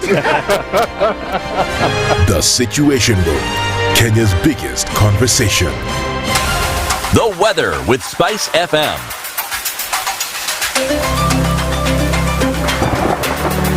13 degrees and mostly cloudy conditions in Nairobi. We'll see highs of 21 and highs of 22 in a cloudy Nakuru at 14. It's 14 and sunny in Nyeri, going to highs of 20, and we'll see highs of 20 in a cloudy Eldoret at 14.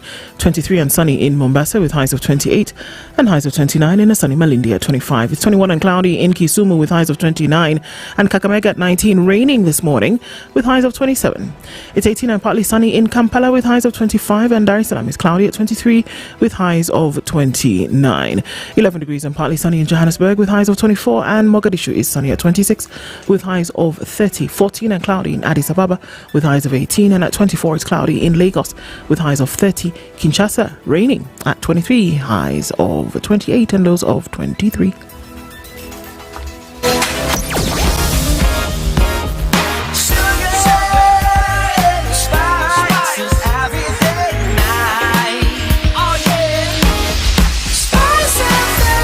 Spice up your life.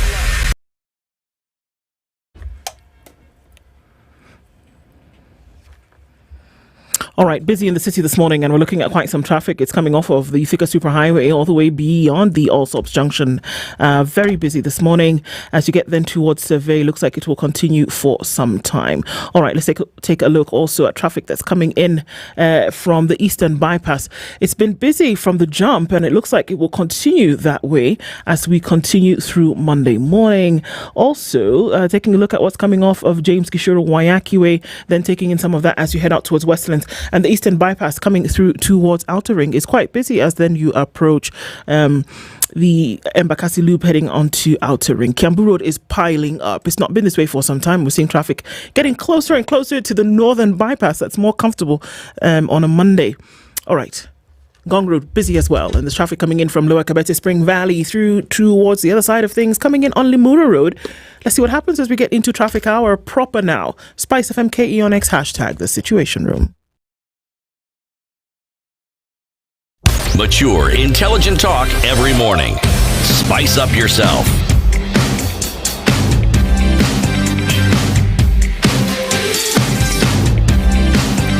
Mornings done right.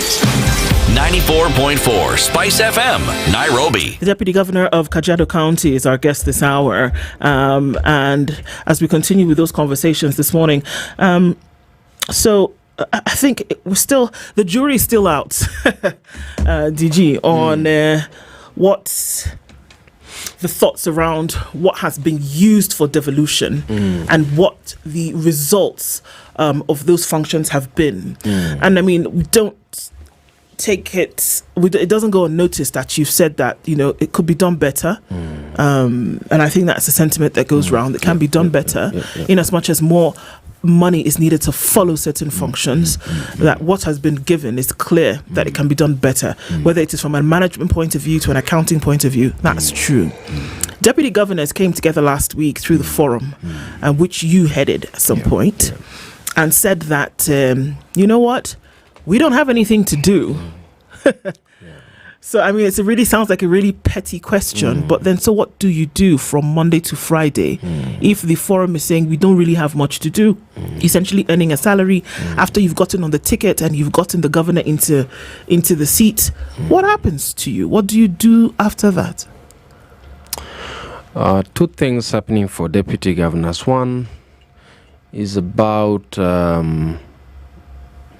functions as stated in the law. Number two is relationships between governors and deputy governors. Let me start by the law. The Constitution and other laws governing devolution has given very, very lean roles for deputy governors. According to the main constitution says that the deputy governor is a deputy CEO of a county, and then the other role is a deputy governor will act in the absence of the governor, and the last function is in the County Government Act that says that a governor may assign a deputy governor a portfolio. So that is optional. The governor may assign and may not. Because of a relationship that sometimes do not work between a governor and deputy governor, a lot of deputy governors are rendered, functionless. They just Where though? I'm sorry, but but where? Sitting in the county administration offices, seated where, doing what? Some are in county government offices and some are not, because we have seen governors who just lock the offices of deputy governors. A lot of them, even in this regime, that the governor just comes, deputy governor, you cannot access your office, it's under renovation. And indeed, the office is not under renovation, but you just wants you out. Okay. Yeah, so you cannot legislate on relationship there, and that's why I say it's a very, very difficult and delicate matter.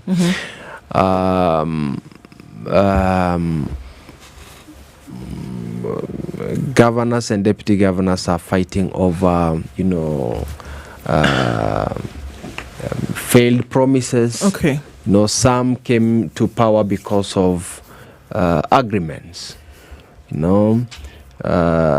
Perhaps these are individuals who are competing against each other, but to forge a strong alliance. They say, let's come together. Let me be the governor, you be the deputy governor. But when you take power, we will share.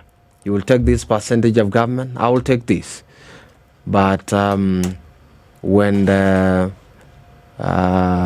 take power, they take everything. They take everything. As it should be. Yeah. Okay. I should know the devolution. They're not devolving their power. Yeah. So okay, so are we looking at agreements essentially that have been foiled? Because what you're saying now is that, because look, it has come up over and over again. I think in the last administration, we did have one very famous incident. It was in Nyeri County where the governor and the deputy governor were just not getting along at all.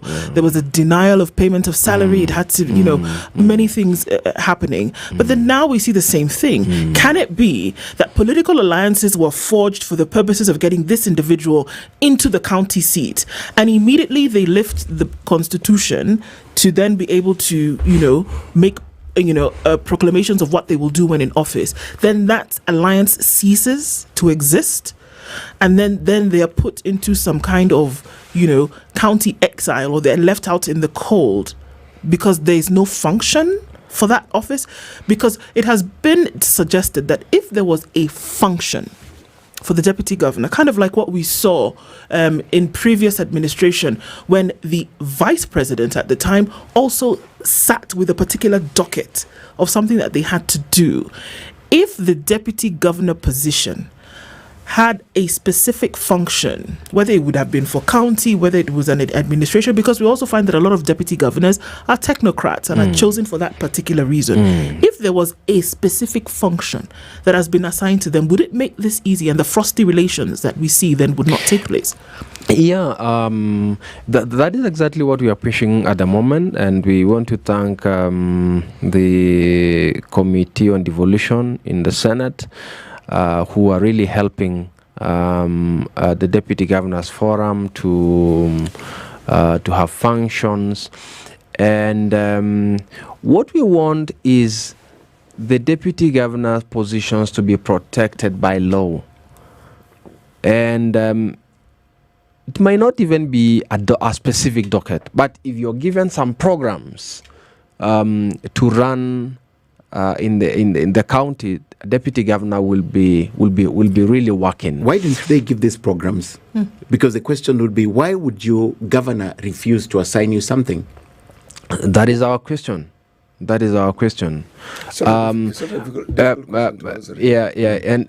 you see that there are some counties that are really utilizing their deputy governors, like my county, Kajiado. You're busy. I'm busy. I have a free hand. I just work like a governor. But that is because of good relations between myself and my boss. But again, Kajiado specifically has, set aside the emergencies in the county to be under the deputy governor. Yeah. But it can't be based on your relationship with the governor. And that is what I'm saying. This is dependent on the relationship between a governor and deputy governor. Let me take you back a little bit on this. So what we are looking for is protection by the law. We need the law to specify and unifies counties, because right now you find Kakamega doing this, Kajiado doing that, Meru doing that. So there is no uniformity. So if we can be uniform and also protected by law, such that even when the relationship goes sour, I can still have something to do. Okay. That I'm protected by the law. Two quick questions. Yes. You demonstrated this when you said we come together, forge a united front, we win an election. Then straight things change. Yeah. Is it because you want to be a co-governor? You've just stated that with you it works because of the good relationship. You have a free hand. Is it because you want to be a co-governor? So there are two centers of power, and whenever there are two centers of power, they don't agree. Secondly, there has been a proposal, because one of the things the governors fear the most is the deputies plotting for their downfall to take over, because automatically what the law has done, if you are my governor, I'm the deputy, when you exit, I occupy that seat automatically by the law, right? So would you go with this proposal that was made by Kabogo at some times, who was the pioneer governor of Kiambu County, that if the law makes it so hard for the deputy governor to ascend while the governor is still in office, so what happens if the governor goes by any reason, the deputy governor goes, by any reason, because it's a joint ticket. So those are two questions. One, you want to be a co-governor, two centers of power. And secondly, the proposal that in order for these governors to be secure, because they are insecure, I give you so much responsibility, I send you Tanga in around Kajiado, like Ole Lenku could have left you to Tanga, then what it means for you is you're popularizing yourself. So Ole Lenku, if he was going for a third term, if there was ever a term, then you have popularized yourself so much that you take over from him. It's happened before. So those two questions need answers. No. There is that really wrong mind of governors thinking that if you enrich a deputy governor, you are if you empower the deputy governor. If you empower a deputy governor, you are fattening an enemy to oster you. But that is wrong. If you support, why is it wrong? Because it's happening in some places across the country. If you want to win the loyalty of a deputy governor, first of all, respect him. Number two, support him. That deputy governor will have no reason to find, any evil against his boss or her boss. So it is really a wrong notion to think that if you empower deputy governor, you're raising an enemy for yourself. I have not seen a governor who has really supported the deputy, and the deputy rose against the boss. That has not happened yet in Kenya. That has not happened yet. It happened with the presidency, but yes, in the governorship, you could argue that we haven't seen it. I have seen any governor who supports the deputy. That governor results to be a strong governor, a governor who is able to, serve its people better, and therefore that's really a wrong notion. But it is true, governors are doing it out of fear. And the proposal by Kabogo. And the proposal by Kabogo, yes.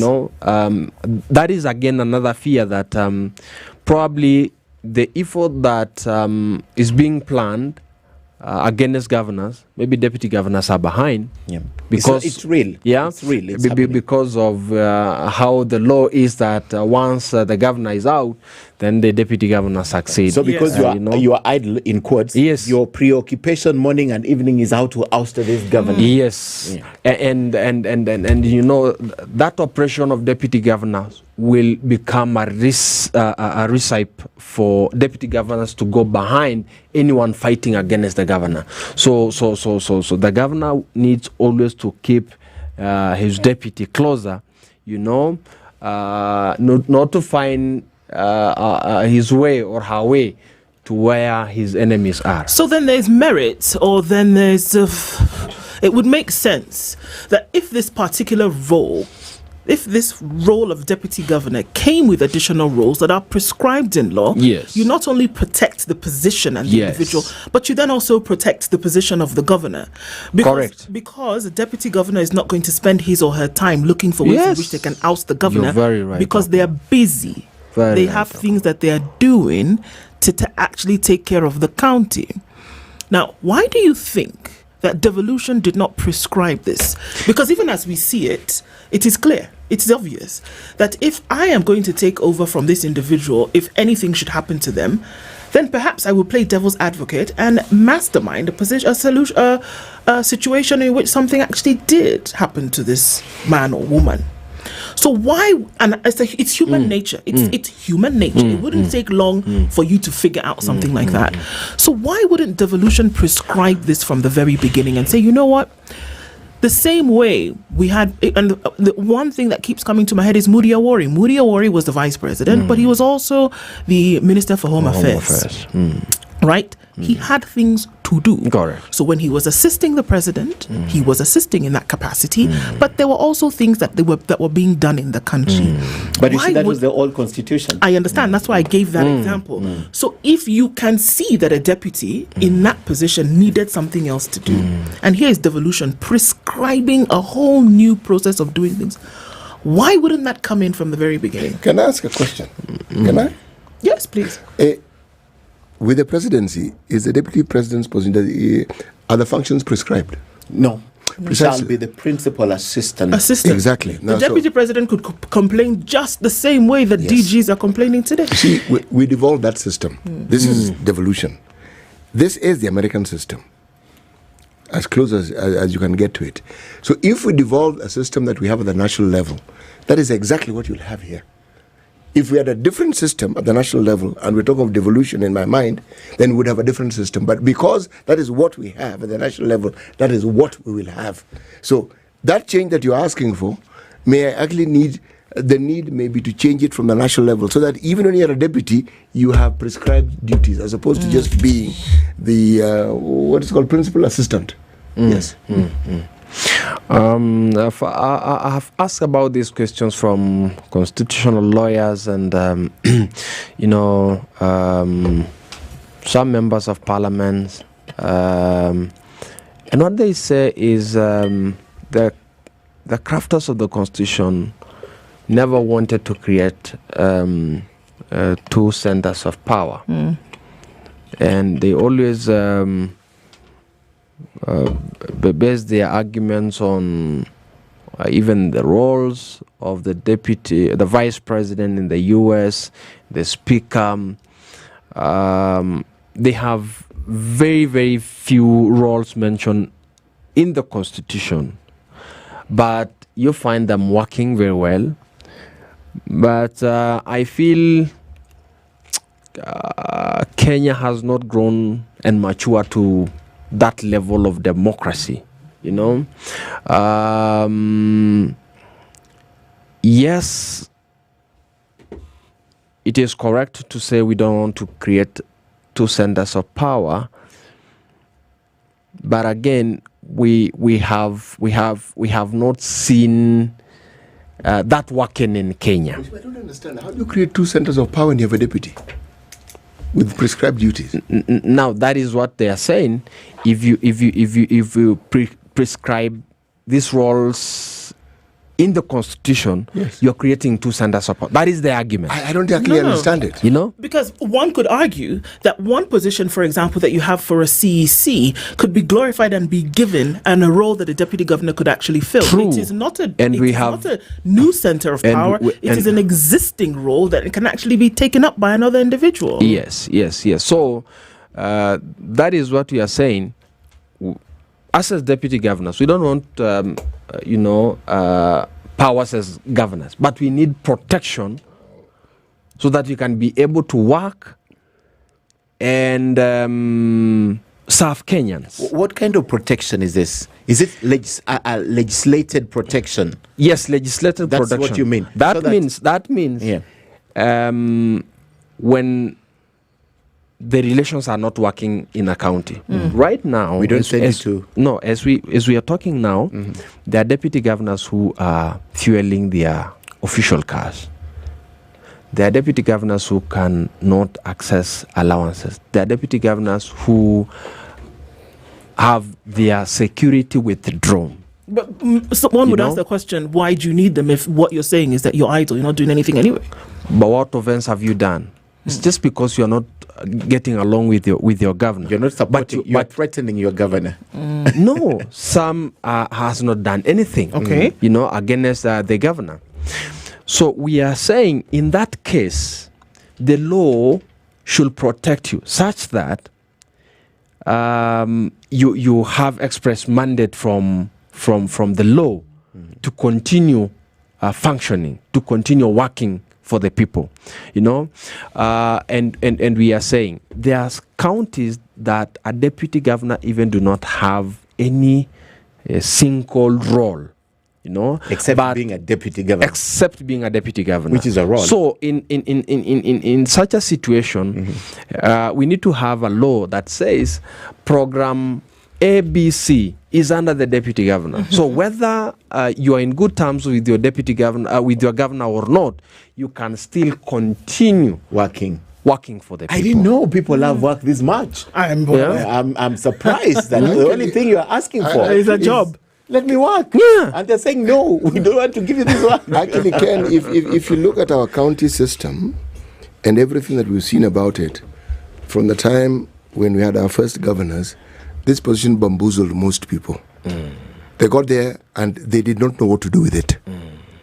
And they didn't know what to do with it. There was so much money, it confused the hell out of them. And in my mind, part of the problem that we are talking about has to do with money. Because why would somebody not want to share the burden of office? It lessens your work. Why do you want to hog everything? Yes. In this country, when that happens, it is money. They want to be in control of every single penny. Yeah. And the deputy who might take over from them must be starved of this money. Otherwise, yes. And they have time. Yeah, plenty. City, which brings in the question, Yes. when the county rises and falls, it rises and falls with who? The governor. Exactly. Exactly. At the end of the day, the person who's more accountable to the people is the CEO of that devolved unit. Yes, it is. We want to appreciate what has just happened last month, that there is new law in approving funds, approving the release of funds from Treasury. It is now mandatory that for funds to be released to counties, there must be a signature of the deputy governor to give you responsibility on that money. That is a great improvement. You're not seeing the flip side, DG. The flip side is this: it's a joint responsibility Absolutely. going forward. Yes. So you lose 83 million in fueling your car. You're going with your governor, Which is better because if I'm not being supported, you seeing it from one side, to DG. continue serving the people, why should I sign? So you will frustrate the governor. So He money will able not to be function. released, which is good. No, I think this is more about a joint responsibility Yes, for the county. I think this is what it's That about. is very good. Yeah. That is very not for you to frustrate the governor because he's not supporting you, so I will not sign. But at least it will also give you an opportunity to ask a few questions about what's happening. Funds around it. DJ, really quickly, because time is winding down, literally in 10 seconds. Yeah. Do governors support this bid to have deputy governors more engaged at the county? We totally do support. The governors now, governors, do they support the bid for deputy governors to be more involved in county roles? Some support, some do not. Yes. It'll be interesting to see how this all plays out. Martin Moshisho Martin is Deputy Governor of Kajiado County and has been our guest this hour, looking at how devolution has worked over the last 14 years, where are the gaps, and also what can be done to improve things. Let's see what happens if Senate actually comes back and says, actually, no, there needs to be an amendment so that we see DGs actually having roles in counties to ensure efficiency. Thank you. And I know our conversations will continue into the future. We'll come in at 8 o'clock with a very much needed education conversation. Good morning, 8 a.m.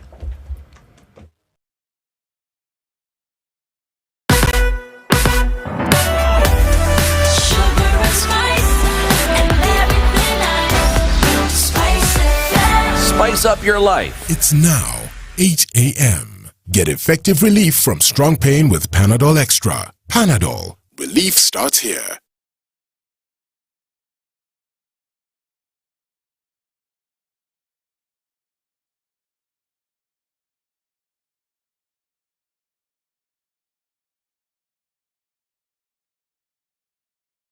Good morning, this is the news via Amla Ubaga. Several public secondary schools in Machakos County have been closed indefinitely due to student unrest. The institution's principals say that the students will be released to go home this morning since there is no learning going on. Mitaboni ABC Girls in Kathiani Sub-County is among the schools that have been closed indefinitely. The closure has come as the Kenya Union of Post-Primary Education Teachers intensifies their strike with KUPPET. Machakos Branch Secretary General Musembi Katuku confirming the school's closure. This event comes as National KUPPET Secretary General Akela Missouri has maintained that they'll not return to work until TSC implements their 2021-2025 CBA agreement. that the schools are not running and they are not going to run. Yes. Stupid power. For the next 1 week. Yes. Even beyond. Yes. The teachers this time have vowed to stay at home. Yes. So even the actualization of these payments you're talking about, some of our members in the National Governing Council who are in job group C3 and C4, so a marginal increase of arrears totaling to 1,050. So that is how marginal that increase is. The teachers who have gotten more are likely to be in the lower job groups, and it has been subsumed in the tax regime of 2023.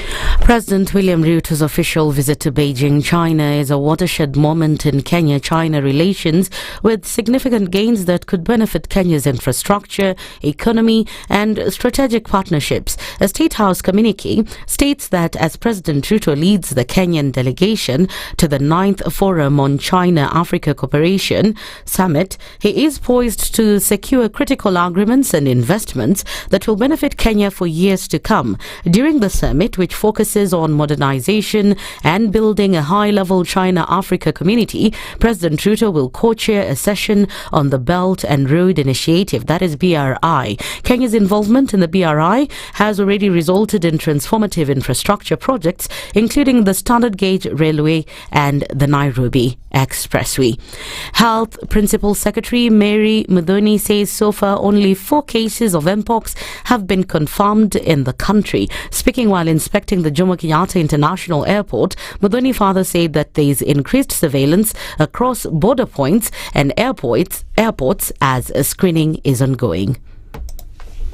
Kindly do not circulate material or information that is not verified until when the Ministry of Health will pronounce themselves about a case. Please do not circulate information that may cause panic for nothing. MSME's CS Wycliffe Oparanya has called for the revival of SACCOs, especially in the western region. Oparanya says by doing so, more job opportunities will be created. He further promised to protect small business owners across the country, saying that they greatly contribute to the country's economy. Zile cooperatives ambazo zilikuwa huku zote zimekufa. Cooperatives zile zimepaki ni kule Mount Kenya, kule kwa Kisii, na hizo sasa ndio zinasaidia watu wa kule. Nataka tuje hapa tufufue, kwa sababu hiyo ndio njia pekee ambayo inaweza kuleta mali kwa watu wetu na tena kuleta ajira kwa watu wetu. Watu wetu wawe na kazi ya kufanya. Mpaka tuanze mambo ya ushirika, cooperatives, ndio muanze kufungua biashara ndogo ndogo, muweze kuandika watu wengine, ndio hao pia wajitegemee. That's the news wire. I'm Lea Ubaga.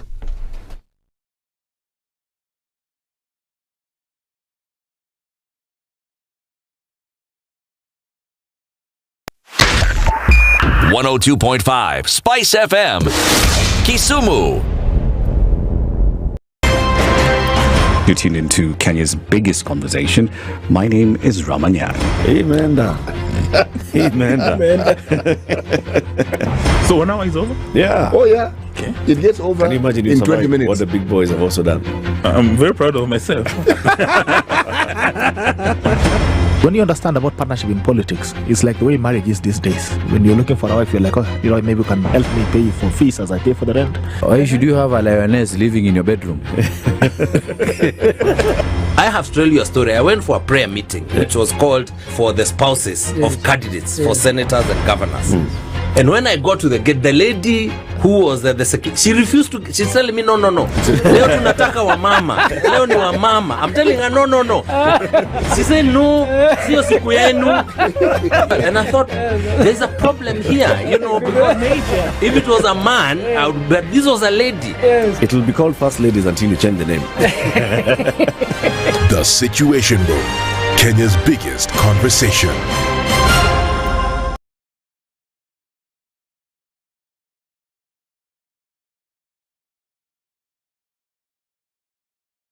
All right, let's look at what's happening with traffic this morning. Still in the city today, and it's heavy coming off the thicker superhighway. It looks like it's going to continue for a while.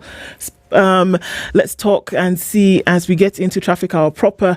There's traffic coming in on the thicker superhighway. We saw that, and it's also still busy as you come in then through on Wayaki Way, coming in from Gong Road as well. That's pretty busy, and traffic coming on Kiambu Road is something that has been for a while this morning. Also, let's look at the Eastern Bypass coming through towards North Airport Road and then on to Cabanas, busy as well. Uhuru Highway is taking on some of that traffic that's coming in heavy on Langata Road, and it will be this way. Landy's busy coming off Jogo Road. We are in traffic hour, keeping an eye on things. Help us out here as well. SpiceFM KE on X, hashtag the Situation Room.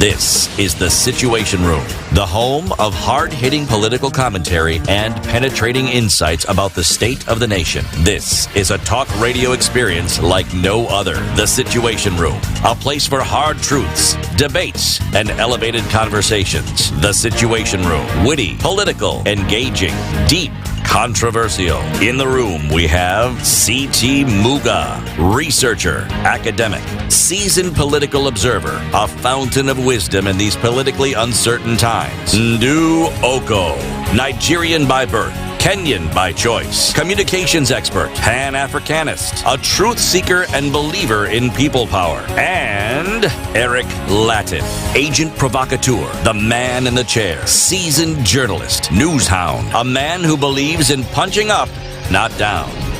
This is The Situation Room, the only way to start your day. It is September. We're into the ember months as it is, and it's the 2nd already. Just before you even know it, we're already counting in day 2 of the 9th month of the year and into the 3rd hour of Kenya's biggest conversation this Monday. It's 8 after 8, and thank you all of you for joining us this morning as we have important conversations shaping the nation. And welcome to our audiences across different platforms, wherever you're listening on your radio sites, as well as our live streams right here from Standard Group Studios. Asante Sana. We're having a very much needed education conversation, as many days as we need to have it in this country. Joining us this hour is FM Boaz Waruku, who is a strategy and policy advisor at Elimu Bora Working Group. He's no stranger to the hot seat, and he's here to warm things up again for us this morning. Good morning, Boaz. Good morning, Drew. How are you today? Very well, thank you. Happy to see you, and thanks for inviting me again here. Well, thank you for being here. Happy to see my colleagues also, City, and Eric. I could still see him there, but I've seen Ken also here. This is it. It's okay, thank you. Eric normally does a walkabout. He gets in his car and he just goes places. I'm informed. So, but this time he decided to do a global walkabout. So let's hear the stories he'll tell us when he's back. That's good, that's good. And even while that's going on, education has a few more fires under its behind than it did before in the country. And I've said from a very long time ago that there's a crisis that's been brewing, and I think now we're looking at the thing full on. And so that's the conversation that we're having this hour. So we're very glad that you're here to have that with us today. The only fire we require in education is that cooks food for the children. Indeed, that's the only fire we require, but unfortunately others of a more dangerous nature are happening. Thank you. Let's welcome you properly before we get into it. CT has proverbs from one of my favorite countries on the continent, but I guess I'll let him tell you the details, and then you can tell us how you would interpret it. Well, proverbs for last week, this week, and the next 2 weeks would be from African countries that border the oceans, whether it's the Atlantic or the Indian Ocean. This week, we are in the Republic of Côte d'Ivoire, formerly known as Ivory Coast. It's at the southern coast of West Africa. Its largest city is known as Abidjan. Does anybody know what the capital city is? Not you. You don't answer that question. I can't answer. Wow. Okay. Capital city. It's not Abidjan? Nope. It's just the largest city. All along I've thought it's Abidjan. Most people think that when they're wrong. Sorry. It's a okay. This thing of francophone, lusophone. It's francophone. No idea if it's not Abidjan. No idea. Okay, please let me tell them. Yamoussoukro. Yamoussoukro. Yamoussoukro. Yes, that is the capital. I think that's Cote even the d'Ivoire. first time I've heard that name. No way. I've had it. There are many countries on this continent that have the largest city, which at a previous time was actually Was the capital. Yeah. But then they changed the capital later on to. Yes. They did the same thing in Abidjan, in Cote d'Ivoire that they did in Lagos, with Lagos and Abuja. It went from Abidjan to Yamoussoukro. Yeah. Dar es Salaam, Dodoma. Should take ours to Same Garissa. idea. Or Isiolo. Kenya, Nairobi, that sort of thing. Actually, don't take it to a well-established place. Just take it to Maimahiu and establish. No, that's too near. Let's take to Garissa. I was looking at somewhere central. Isiolo. Okay. We'll be commuting. Actually, Isiolo is the most centrist place in this country. If you talk about the center of the country, so Isiolo it is. Let's take it to Isiolo. So Isiolo it is. Yes. We'll collect signatures. I'll vote for president who will take the capital. The capital to Isiolo. We'll collect signatures. Voila. Direct the president to do so. The eye does not eat the orange, but it knows it is sweet. The real orange that we know, that chungwa. Orange, machungwa, as people from your neck of the woods they call it machungwa. They're referring to one machunga. Ndim, machungwa, mbili. Anything is machunga. They're saying the eye. You know, the eye is the very first, being sensitive to disability, because even those with disability also appreciate the sweetness of the orange. But the very first thing is you look at an orange, and you can, if you're passing through the trees where they are still hanging, you'll know which one to pick. And the one that looks ripe, you know, it's gotten that color, the orange color, then you'll say this one is good, because then it triggers your senses of tastes and the sweetness that you anticipate begin to feel from it. One of the senses. So I would agree with them when they say that. I think it starts from there. It starts from just seeing, and then you'll believe that the content should be okay. Yeah. So city. I know you'd ask me how I interpret it in my life and all that. That is precisely what I'm going to do. Yes. Yes. And thank you for preempting me. Oh, okay. I would be thinking that actually the Kiswahili speakers also use the orange in another version. They say when you see it ripe and ready, know that it has been developed. You can speak it better in Kiswahili.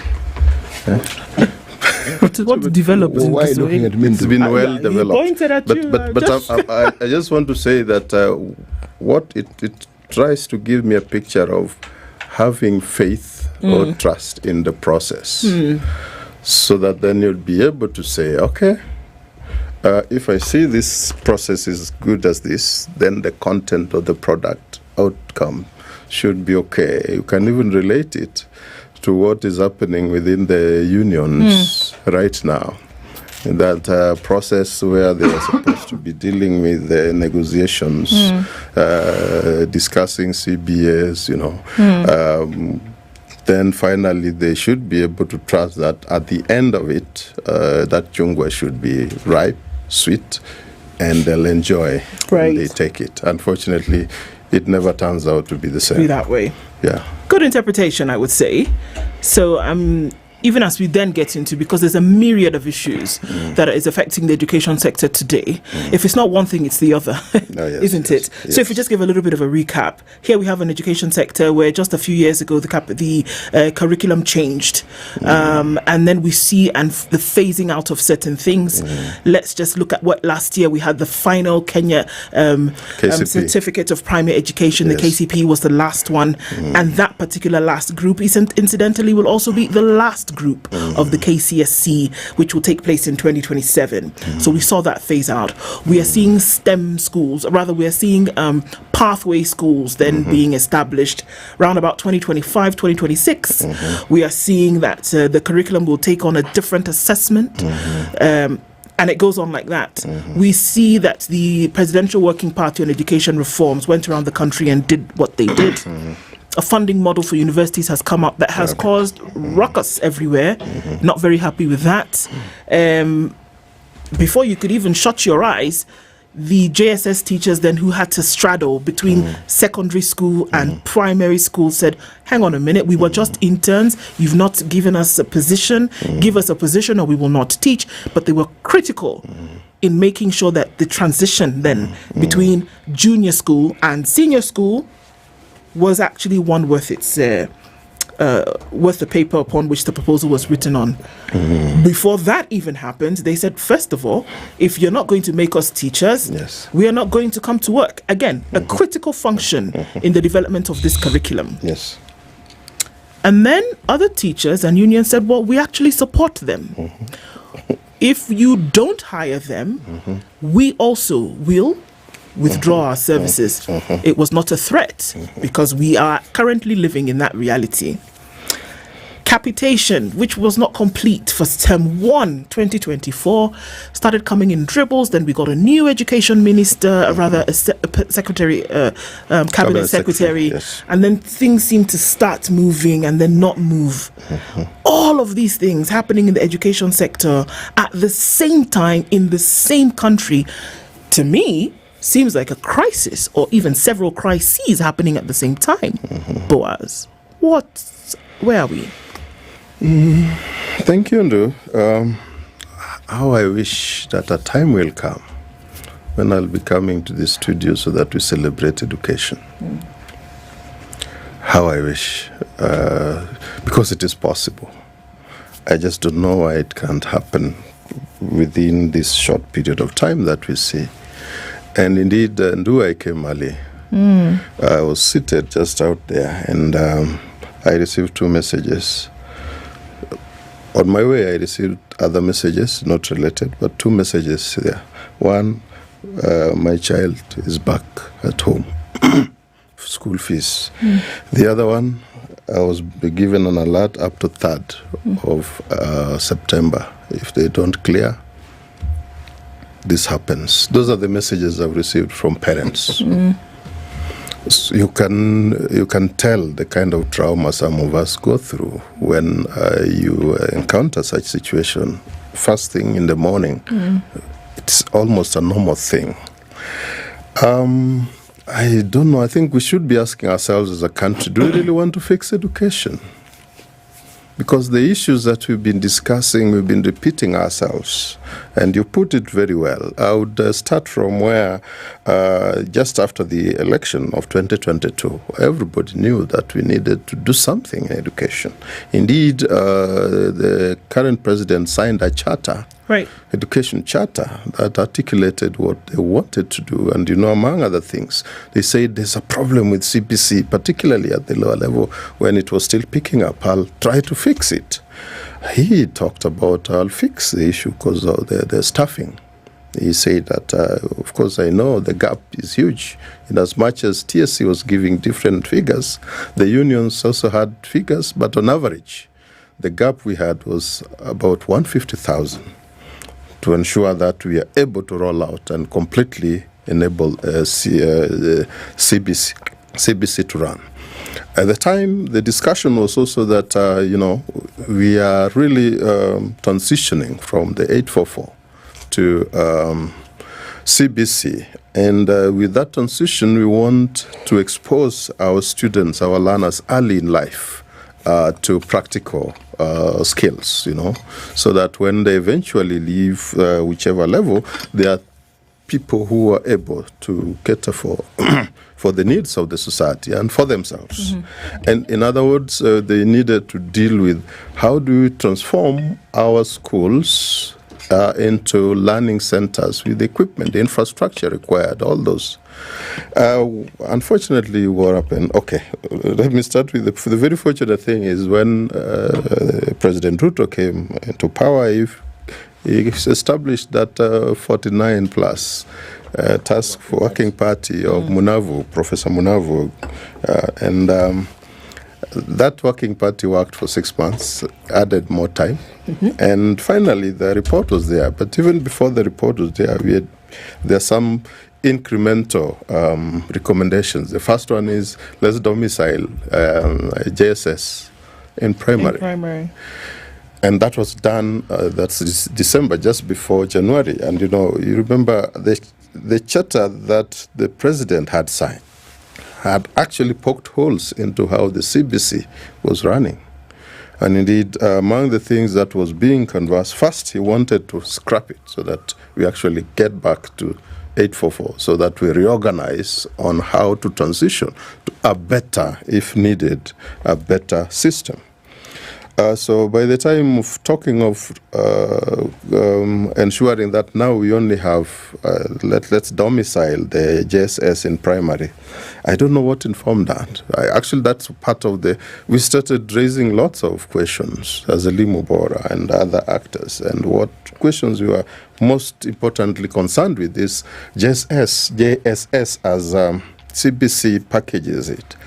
Is that period which I can only equate to the system that City went through. I'm in the lot of the 844 City, you might not know. You are?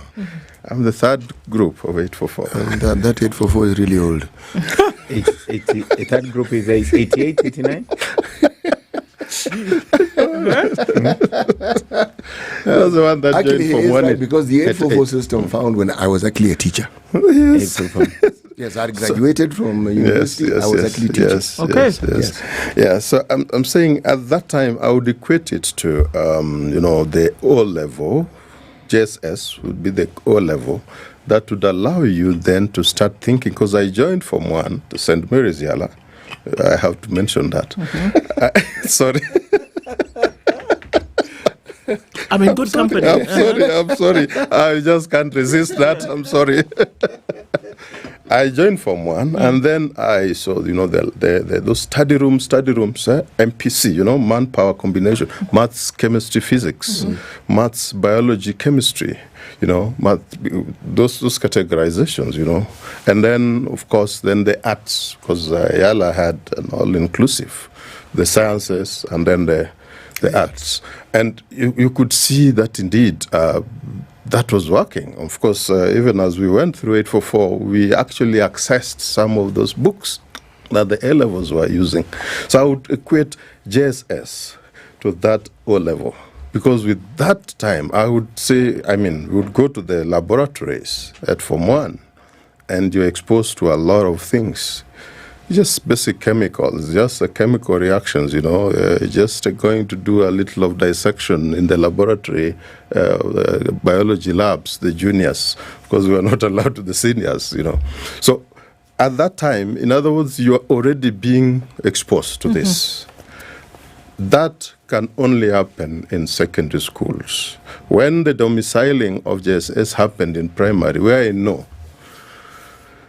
not anything closer to a laboratory exists. Nothing like a workshop and all that. And then I went to the blueprint of what the CBC was. Then I said, so is the theory equal to the practice? Or are the proposition equal to what is being practiced? And two, I realized it was not. Sorry, Ken. But then let me just summarize quickly, because there are lots of things and do actually scoped it more widely. You realize that also at the time the teachers themselves, the JSS had no teachers. So you find the president celebrating Jamhuri, and he said, for the first time I've recruited 57,000 teachers. Yes. His understanding of recruitment is different from the practical understanding. What is that? Recruiting teachers, you are a teacher, you get a job, you go teach. Trained teachers as trainees, interns. He deployed some of them. They've not been recruited up to now. As we what does recruitment mean? The recruitment, for me, I'll go to what the TSC Act should be saying, starting from the Constitution 237. It is the TSC, first they register, then they recruit and deploy. And they're supposed to recruit and deploy the trained teachers that they have registered, not anybody else. In other words, first, you see, the entry point is they registered trained teachers. Yes. So those that they have registered are the ones that they deploy, and they are fully trained teachers. They should be deployed according to the scheme, the terms of service that are prevailing. So this crazy thing that the president came up with and said we are going to he's talked of recruiting teachers, but he deployed interns. For me, I found that was very strange, because even up to date, you've seen that now those JSS, they were first deployed for 1 year. Then their contract was extended by another year. Now it is being extended from August to December, because they have been promised that come January, they'll now be properly recruited as permanent and pensionable. In fact, because I've been, as a Limbora, we've also been having consultations with them. We've had a look at what existed as that contract. It was a 1 year self-terminating contract, meaning that it was not supposed to be continued. Anyway, let me not get just to the details, because I think the picture I was trying to bring is we say something, but what we mean is different. And particularly at that time when you have the number of JSS teachers who were deployed, but there were only 2 per school.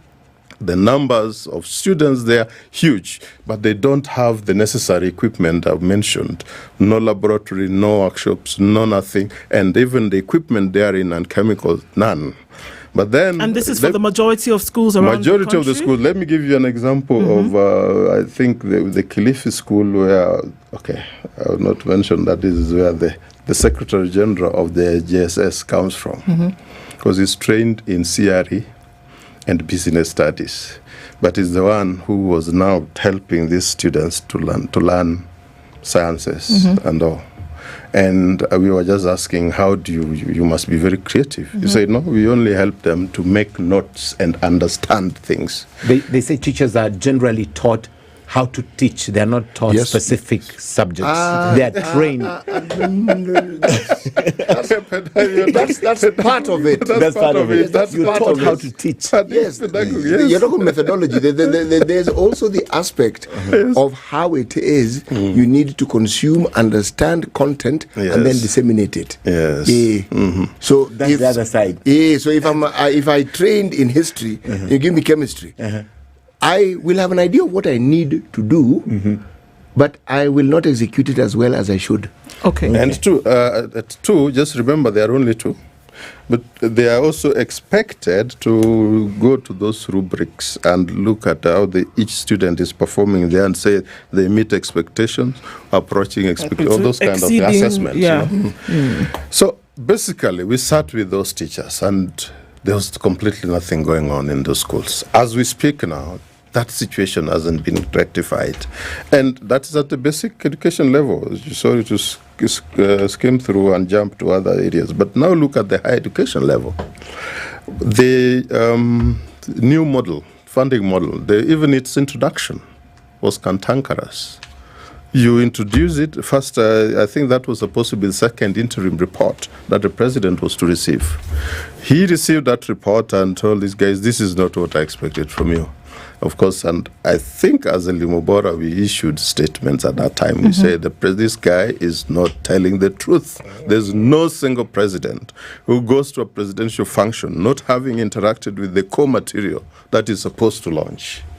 That doesn't happen. He is debriefed. He is helped. In fact, his talking points are extracted from there. So we said, this guy needs to be called out, and we did so. And after he told those people, go back, I expect something, I think he called the media, and some of you guys, I think you must have been there, and told them, now, this is the new model. I like it to what Donald Trump says. It has never been done anywhere before. Right. It works best. Sorry to use that. But when he did so, the very first thing is we asked, where did that come from? Actually, where did it come from? He had already told the other guys to go and rethink. But here he's unveiling one. 2, at the time, COOPS, Kenya University and Colleges Central Placement Services. And the attendant agencies were told, hold on, please, do not open the portal for the students, the 2022 students, to start applying. So, in other words, those portals were closed because they wanted to upload the so-called the new model. This new model came with crazy fee structures. Where did it come from? I have to ask this question again. Yes, we are still asking also ourselves where it came from. And indeed, first we are not just even, okay, it can be okay. City, if you are ailing in a village, at times I go, my home is on a mountain, and I said there could be unwell. If you bring me a medicine that I take and I feel okay, it can be okay. I wouldn't even mind asking the details of where did it come from. But when you're coming with a drug and nothing is even happening, in fact, it's bringing more trouble to my life, I'll start asking those detailed questions. Right. So what happened is none of us knew where that came from. And as we speak now, because we also do research, I'll tell you that there are some students who opened those portals and didn't go back. This is true. Because 50,000 for medicine, for example, Yes. and different figures for different colleges and universities, you know, some even when they are being told, now you can report, we've agreed that everyone come. Even fair to reach those universities because they actually need some of this money. Some who went there stayed for a whole semester. There are those that, as we speak now, are back home because they could not transition. They were not able to get the exam card. You know, universities introduce those exam cards that you must clear fees and all. And the fees you're supposed to clear includes even what the government is supposed to remit on your behalf. To the I wanted to take a break at this point, Waruku, because, I mean, we are here and it is obvious that there are problems. It doesn't matter. I thought there was a celebration. Yeah. I don't want this. It's clear that wherever you look, the problems are all over the place as concerns the education sector. But then here we are saying what is being done about it. There are organizations that are invested in education in this country whose role, whose mandate, executed or otherwise, is to actually ensure, is to push, is to advocate for that the ministry, that the government is doing what it is supposed to do. And so we're asking those questions about where are those individuals? Where is Elimu Bora? Where are those who need to be insisting that actually, guys, this is not on. It cannot be happening in the way in which it's happening, because the sub-stories that we are hearing, they continue. We'll take a break and come back and discuss that right after this, because now we need to ask and say, okay, we're in the mess. How is it going to be sorted out? We'll be back after this. I think solutions are better.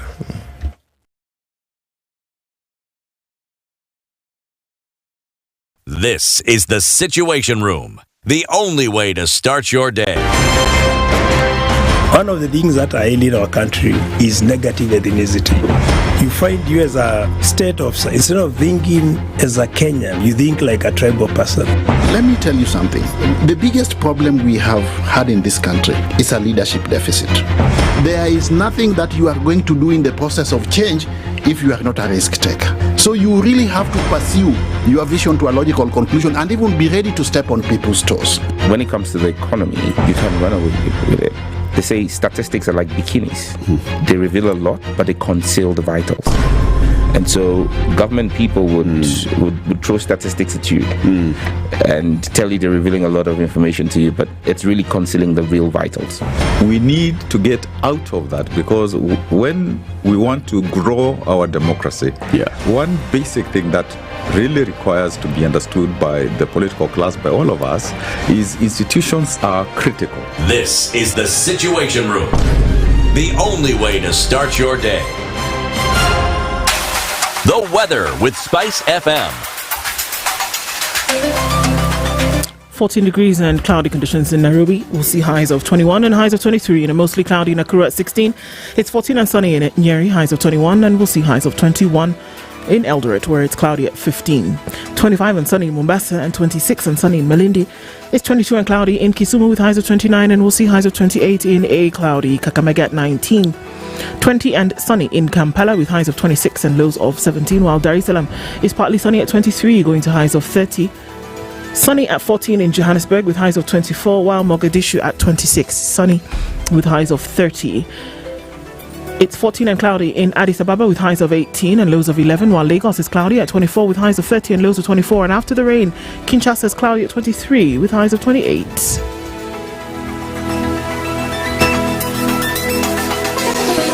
Chilled Spice.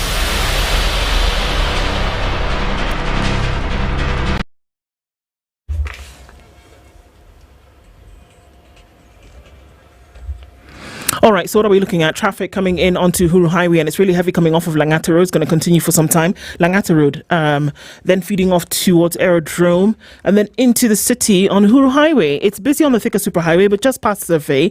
Kiambu Road continues, but it's heavy going towards Wangari Maathai Way, and then coming round towards museums, and then on to Huru Highway. So Huru Highway looks like it's taking a beating today. Muranga Road, then going towards the Globe Cinema roundabout, busy as well. Coming off of Limuru Road, a lot of traffic here, and I don't know what was poured on the streets of the Red Hill Link Road, but it is absolutely crazy coming in all the way from James Gishuru and also from Red Hill into the city trying to join Wayaki Way. Very, very busy traffic. Some of that is going to spill over towards Lower Kabete. It's coming in hot from Spring Valley, and it will continue. Kuna Road through to Spring Valley, I beg your pardon. And then look at the Northern Bypass. Traffic is coming in heavy. It's Monday. It's the first, second of the month.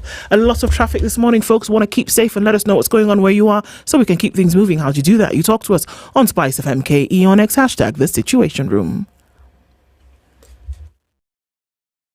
Mature, intelligent talk every morning. Spice up yourself.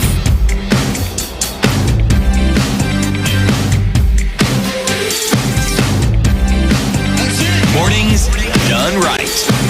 94.4 Spice FM, Nairobi. 23 minutes left in this conversation. Not enough time to do that, that is for sure, with the big issues that we have.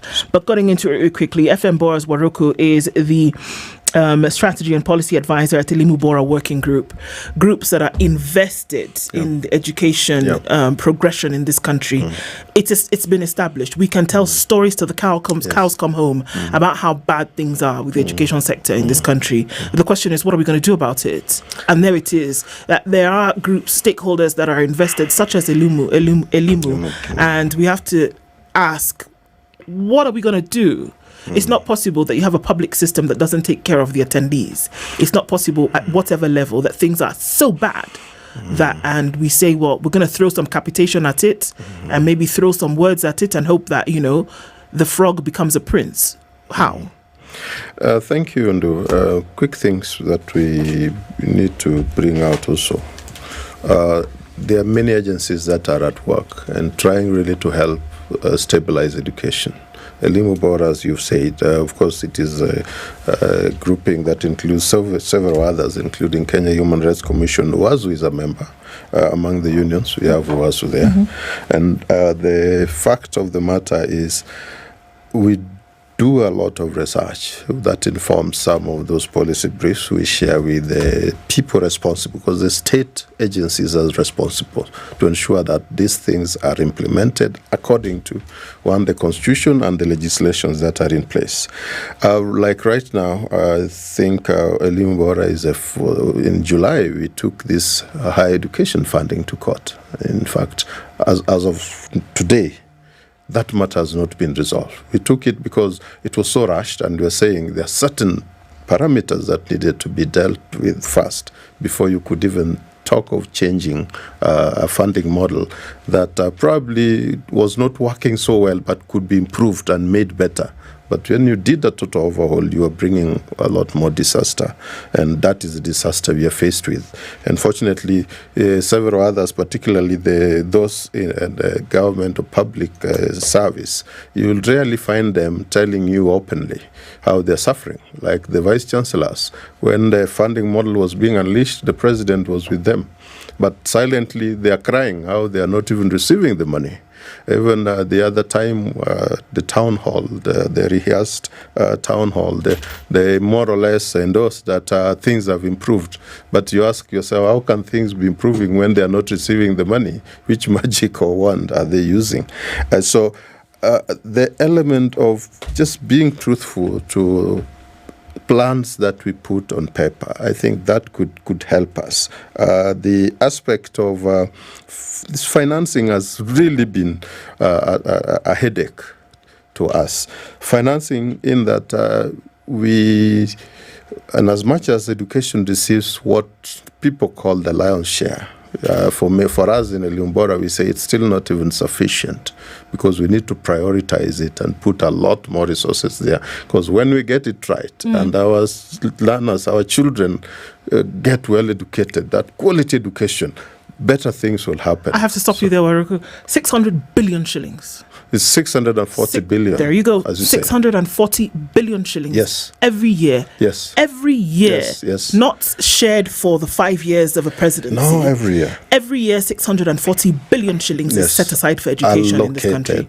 Is allocated. Yes. Whether it is actually now, used there you go, is a very, very different question. There you go. But let's live in utopian reality for a minute and say that 640 billion shillings set aside for education in the country from the very basic. Okay, maybe not the because we know that county ECD is taken care of at the county level, right? Yes. But let's take from primary school up until university. Yes. When we talk education, that 640 billion shillings that has been allocated is supposed to be there. I prefer that 650 billion shillings, if properly allocated and expended, is more than enough to take care of the needs of the sector in this country, if managed properly. And if we don't have ghost students and ghost schools and stories like this where the shame over bursaries where money has been given out and some of those students cannot be found. Yes. Waroko? Yes. No, what you're saying is correct. 640 billion for the financial year 2024-2025 is a lot of money. 625 billion for the financial year 2023-2024 was a lot of money. How much of that reached the classroom? Because you see, for us, that is where work happens. All these other factors must converge to ensure that classroom things happen there, and even co-curriculum things also happen. You can write very little about that. And that's why you're saying our approach is that we are not just talking about allocation, but we are saying spent and qualitatively spent, not buying a biro pen at 100 bob when you can get it at 10 shillings, because that eats into the funding. So the corruption that is inherent there must also be removed. And by the way, we are also the one, we've done this assessment and we've said that Kenya, with the resources we have, we can actually provide free compulsory education because for all our learners from the kindergarten to the university. I'm sorry, because right now, this fiasco that we are calling free education in Kenya right now is not free. It's not free. It is not free education. Because free education means that you as a child, with the assistance of your guardian or your parents, get up in the morning, you put on a uniform, and you present yourself to school. Yes. That is it. Everything else. You present yourself to school. Everything you're taking good care of there. You come back. That's what free education is. You do not spend an extra penny. You do not buy a book. You don't do anything. So even this fiasco of free education is not the case. And I still insist that the 640 billion shillings we're talking about this year is more than enough. Is more than enough to make sure that education is free in this country. We know that will require just a little on top to make it free for everyone from that early grade to the university. What's a little on top? Because our estimates are not reaching 1 trillion. Our estimate is just under 1 trillion. But we have a formula we are using because we've done this kind of costing. Of course, I need to inform you also. Remember when the Moi era and the Kibaki aspirant wanted to make Kenya feel that we can actually offer free primary education. At that time, it was just free primary education. And Moi said, with all my experience as vice president for so many years, almost 15, and as a president for 24 years, I'll tell you, Kenya cannot afford that. And Uhuru was his candidate. They said they could not. But NAC with Kibaki, they said, no, this thing is possible. It can be done. It can be done. And indeed, he appointed Saitoti and Professor Anyang, when they sat, because Anyang was the planning minister at the time, they actually realized it was possible. And from there, they started scaling it up, said even at the secondary level, we can actually have a free day secondary. And you could also relate it to the fact that there's increase in the revenue generation, tax collection. No, tax collection does not mean you add other taxes. No. So I think let the Gen Zs not misquote me or misunderstand me. Just the efficiency increased so that we generated more and more resources would ensure those resources become available for education. And fortunately, I think we stumbled along the way because instead of looking at how do we even cost the needs, educational needs, as of today, if we are to go by the example that the university showed us, I think that's a total disaster. Okay. So. Perhaps my question would be, because some of these conversations, when we have them, we want to see the end results. Yes. Aren't we being counterproductive at this point? And if we are not, because I'm looking at the whole thing and you having put it in context and you having expounded on this, I think this is a fallacy. What we have is a fallacy. But to what end are we having these conversations? And at this point in time, what can be done? What can be done at this point? At this point, let's start with what we have. I'll not go biblical. You say, what is in your hand? Use it. We have resources in our hands. We have 640 billion shillings. Quick things, we need teachers for the JSS. 2 years of not learning is not helping us. Those learners think that actually, so junior SS is supposed to be that space, holidaying, or things which are really not very serious. We need to make them understand that that is a very determining point in their life, in their academic path. So we need to have these teachers, the 57,000 of them that are interns, converted into permanent and pensionable, but they are not even enough. We need to start thinking of how do we recruit more. I like it when the Ruto administration keep on saying we are even going to recruit 20,000. Let's not make it as a speech.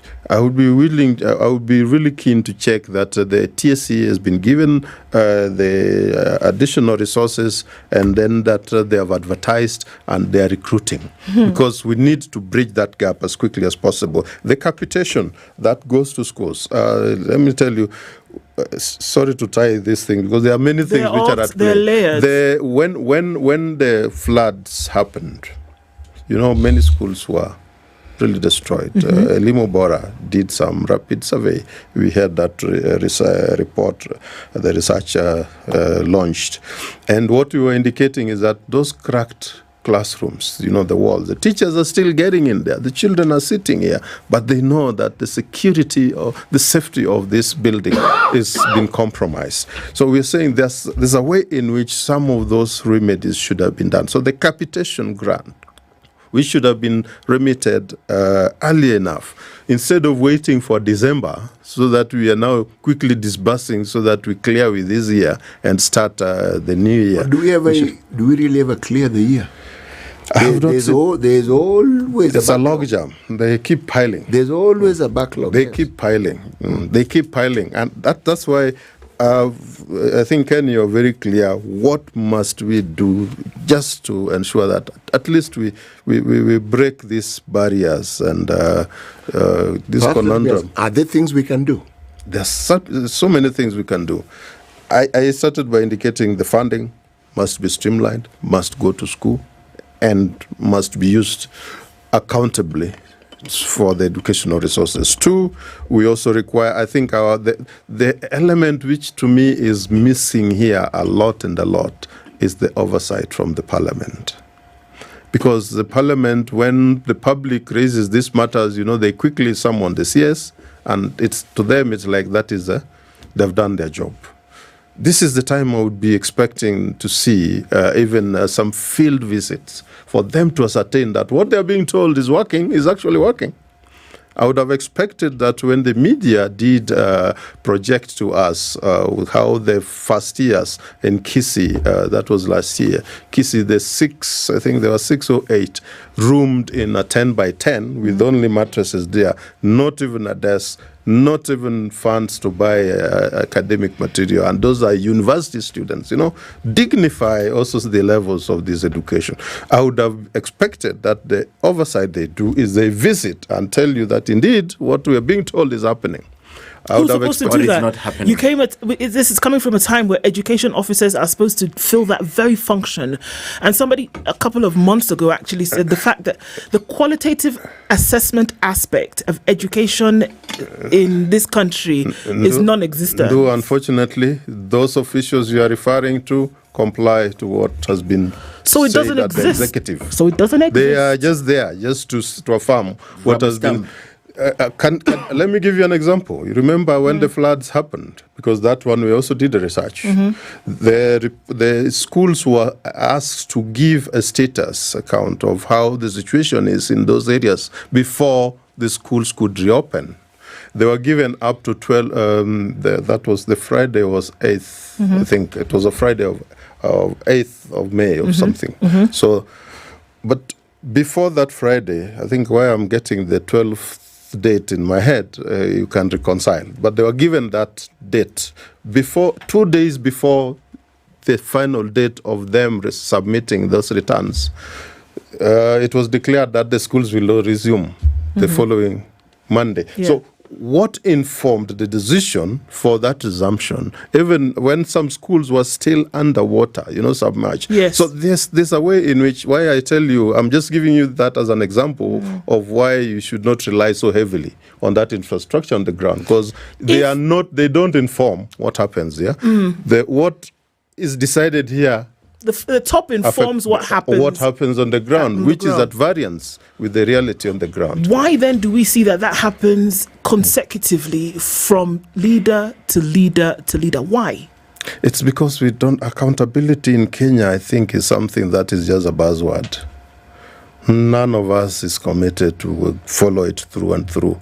Because when we say exact accountability, ensure that what you say is what you mean, and it can be verified, It can be checked by other parties who are not even interested in knowing how you are affiliated politically. Unfortunately, they've also infused those political thinking into the education. Part of it is what is causing the problems. I would rather a situation where, because the education sector, there's a lot of talk about public participation, consultation with stakeholders, and all. It is there in black and white in most of our policy documents. Look at the Basic Education Act. It's there that when you are even taking your child to be registered in a school and all that, you should not be asked for a penny. It is there that tuition should not be asked of a child, a citizen of this country, except a foreigner who wants to enroll a child somewhere. And even with that, the BOM will supposed to determine. But you realize that in what obtains is tuition is being charged at basic education level. The law says no. You take your child to be registered, you're asked about registration fees and all that, and nothing happens. So accountability, I'm using this just to tell you how accountability is something that is just a buzzword. We just theorize, but nobody really takes it effectively. And for me, when everybody else has failed, Parliament should not fail. Because Parliament is the one that has that, what do you call it, the big stick. Because they can compel compliance. We call it oversight. Yes, but they can compel compliance. Yes, they can. Yeah. Their powers are known. But I want to talk about a low-hanging fruit. Huh? Yes, please. With this, you painted a very interesting picture with the JSS system, and we wondered aloud with you how it is they insisted that it must be domiciled in the what? Primary. Yes, and yet with the new system, as children move up, the secondary schools would have classes which didn't have students. Yes. So, and they have the facilities. Yes. So, this is not. It doesn't require very profound thinking. So, explain to us so that at least I need to understand. So, what is it that we're dealing with here? Even right now, city. I think what you are alluding to, let's use that fruit, the orange you mentioned. We are not having KCP candidates. No. We finished last year. Yeah. Next year, 2025, there will not be any Form 1.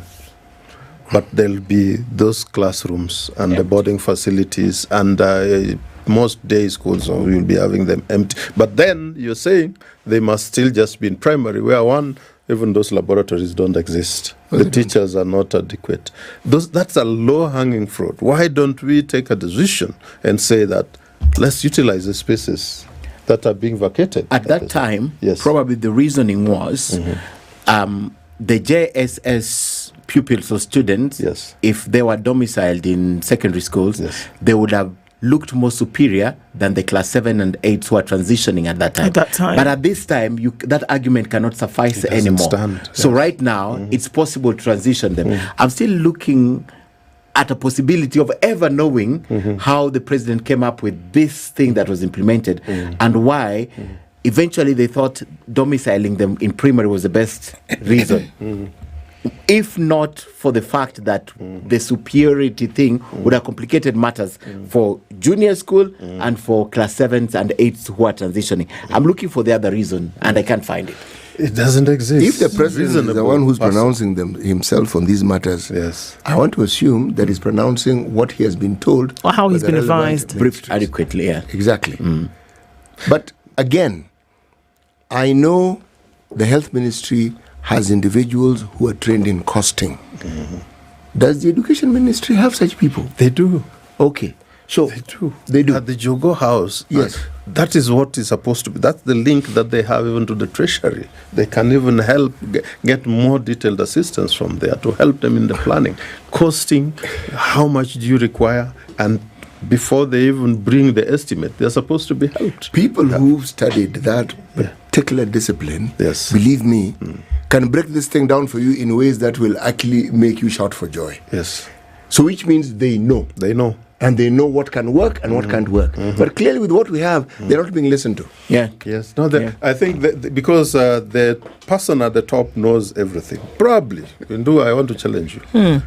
This hot seat, maybe ask Sir William Samoei Ruto, the president, to come and sit. Because this is it's very a policy possible. forum. It's possible. Not where he is comfortable and he calls people and all that. Just ask him so that this very direct question and open the line so that Kenyans can also call him and ask. Do you think? Because that would help us a great deal. So otherwise, they're giving our children a road deal. Absolutely. But I think it is intentional. Do you really think that the things that are happening in this country, look at the messages that have been sent in the morning, I can't send my child to school for school fees issues. Do you really think that the sad state of school infrastructure that we see is unbeknownst to the president, is unbeknownst to the CS? For goodness sake, they must know. So for me, it is an intentional decision to allow things to continue in the manner in which they have been. Let me assert a fact. And the question is why? Let me assert a fact. Majority of them have no children in these schools we are talking about. And that's the reason why. That could be part of the reason. And for me, I think that is why they don't care. That is why they don't was there money? I see we have a few minutes, but was money provided for this transition? Because that's another place we should look. Was there money to force these pupils to be domiciled in the primary schools? Was there some money that was expended? The money was always there. And in fact, they even asked the schools to open another account. You remember? Yes, they did. Primary schools used to open to have that account for the small 1,200 per child.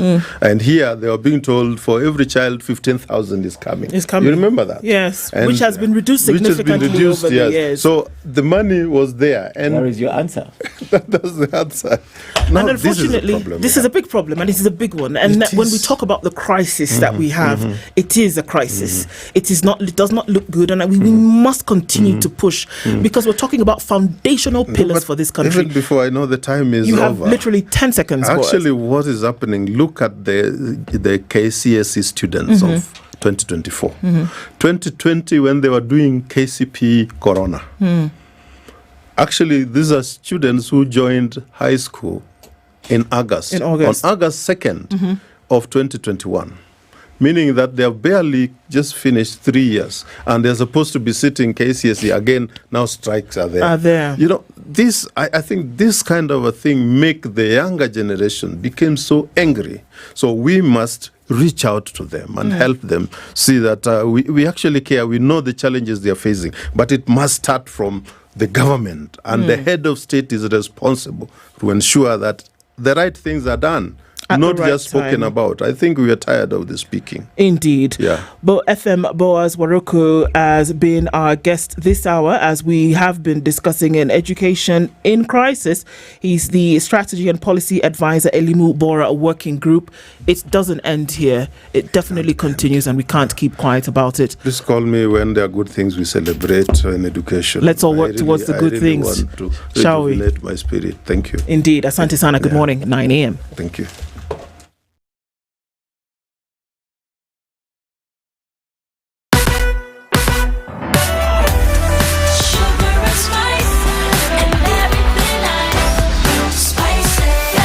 Spice up your life. It's now 9 a.m. Get effective relief from strong pain with Panadol Extra. Panadol. Relief starts here.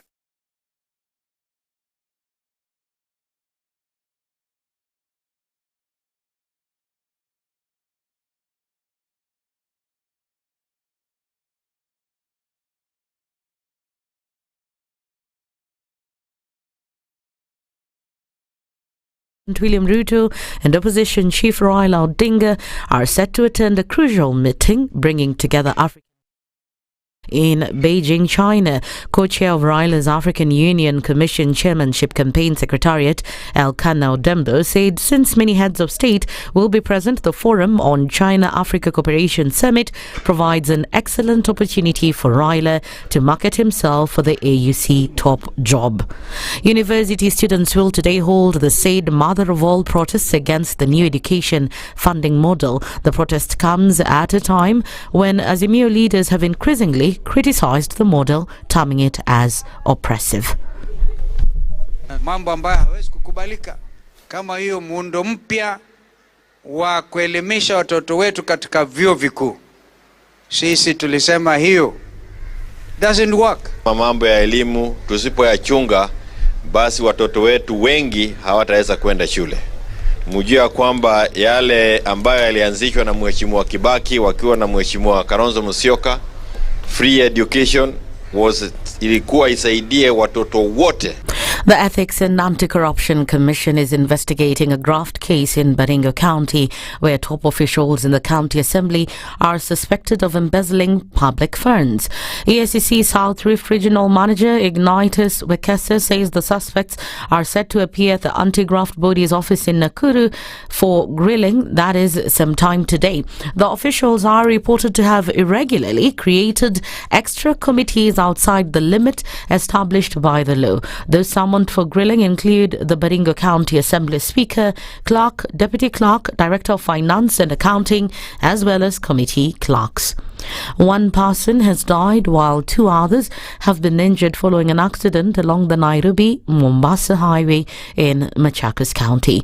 Police said the person, who wasn't immediately identified, died on the spot after a pickup they were travelling in rammed into a trailer from behind in the Konza City area. Police have launched investigations into the incident. And as the teacher strike continues, Trans Nzoia County Kuppet Secretary General Lusweti Furaha has urged parents to support their strike, which is on its second week. Furaha said the move to push TSC to fulfill their demands will also be beneficial to the students. We are asking parents who are outside there to support the teachers' cause, because what we are fighting for is not only for teachers but for their children, including our own children. We don't want children from academies to take over the pathways of STEM when it comes to senior secondary selection of the pathways.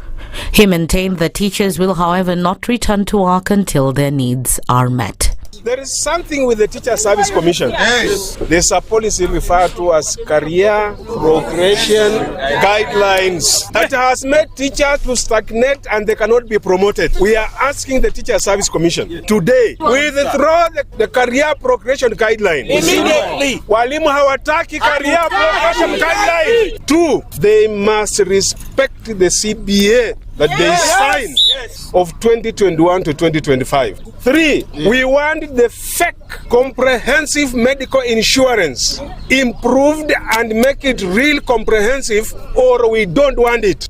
And finally, still in Trans Nzoia County, a family is mourning the death of their daughter who was raped and murdered in Kolongolo in Kwanza constituency. Eunice Akenyi's body was found in a maize farm a few kilometers from her home after she went missing for days. Her parents, Beatrice Baraza and Robert Masika, said she left home to collect her living certificate at Kese Secondary School, but she never returned. That's the Newswire. I'm Leah Ubaga.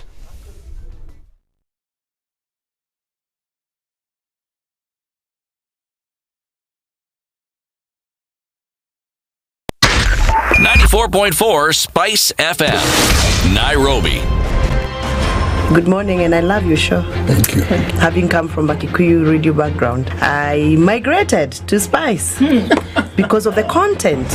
I was born in a slum, but somehow I got a break in life. So sometimes when you see the sweating coming out because of the passion and whatever it is, behind the noise, there are people, and we share the same umbilical cord. It shouldn't be like that. I am so disappointed. We used to tell Honorable Raila Amolo Odinga that he's doing politics of conmanship, and even President Uhuru Kenyatta, serikali hii ndio iko na conmanship ya hali ya juu. You cannot promise people that you reduce tax, then you double. In politics, there is the issue of trust. For you to turn around and then stab the same people who gave you that trust, there is no other level of dishonesty. Na hii mambo utaona dunia tu. The Situation Room, Kenya's biggest conversation.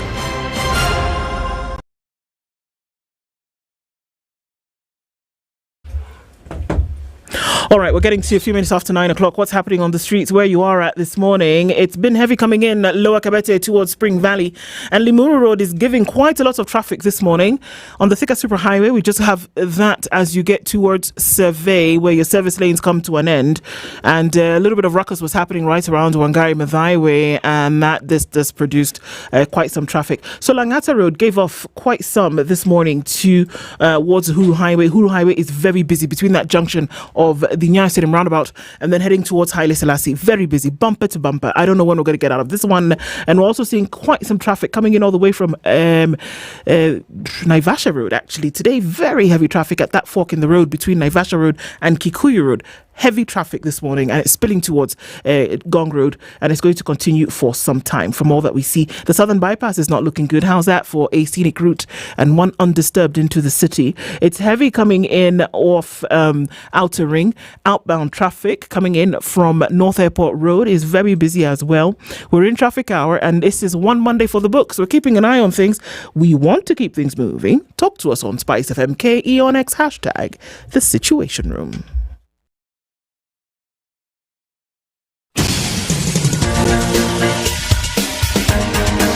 This is The Situation Room, the home of hard-hitting political commentary and penetrating insights about the state of the nation. This is a talk radio experience like no other. The Situation Room, a place for hard truths, debates, and elevated conversations. The Situation Room, witty, political, engaging, deep, controversial. In the room, we have C.T. Muga, researcher, academic, seasoned political observer, a fountain of wisdom in these politically uncertain times. Ndu Oko, Nigerian by birth, Kenyan by choice, communications expert, Pan-Africanist, a truth seeker and believer in people power, and Eric Latin, agent provocateur, the man in the chair, seasoned journalist, news hound, a man who believes in punching up, not down. This is The Situation Room, the only way to start your day. At 9 after 9, somehow we managed to do that every hour, right on the digits, getting into the final hour of Kenya's biggest conversation this morning.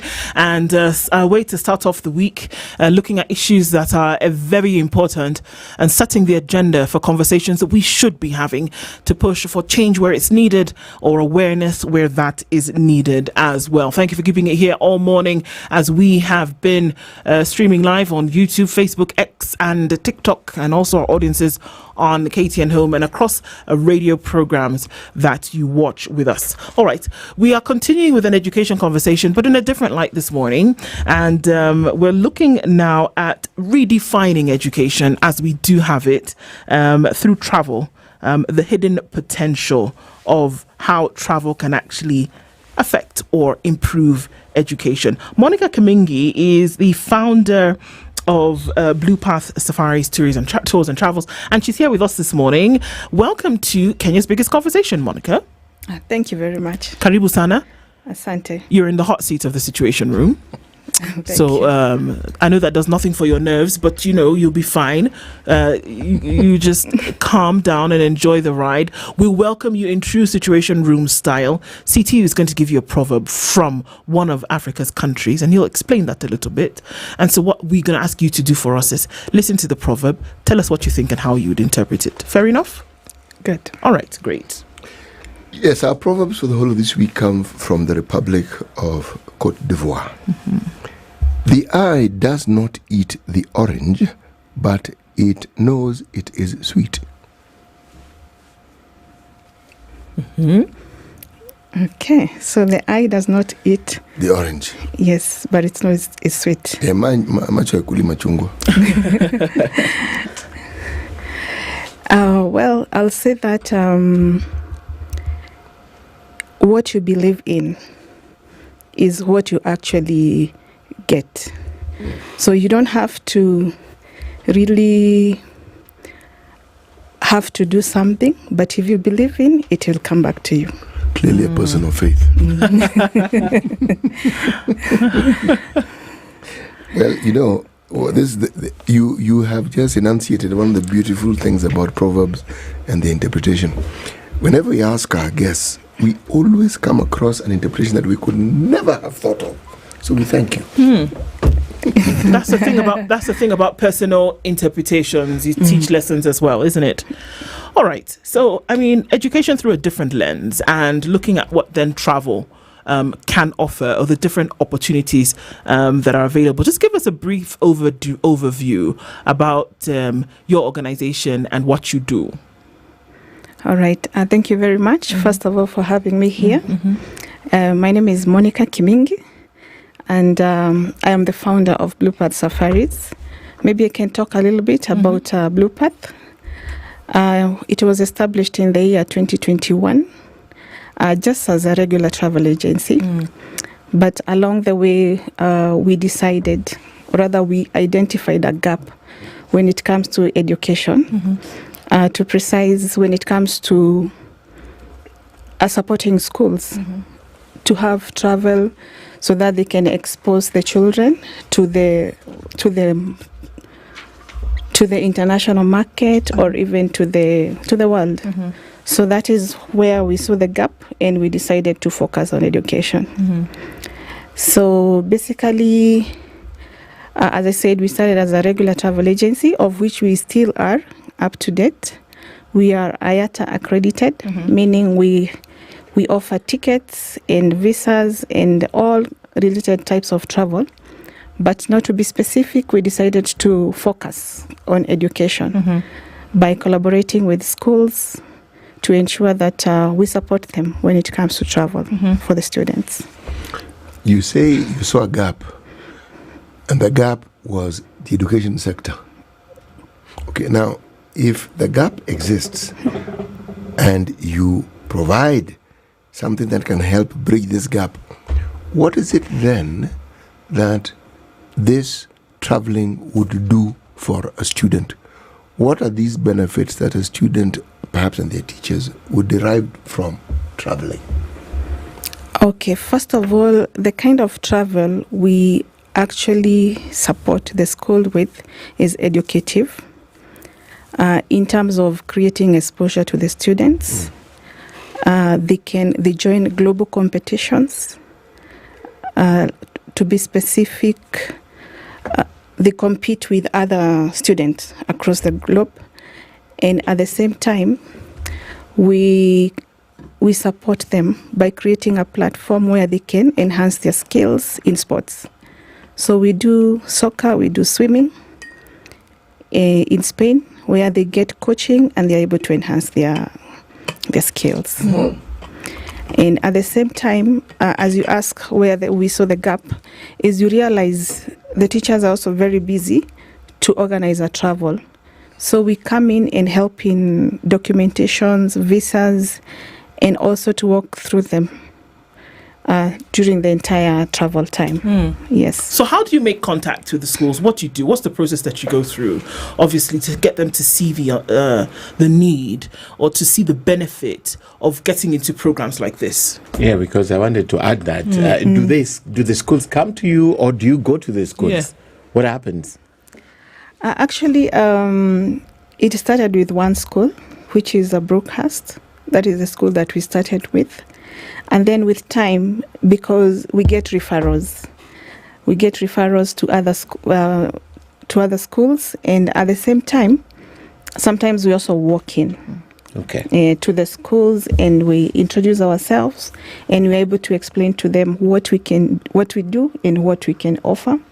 We actually give them ideas of these competitions, the global ones.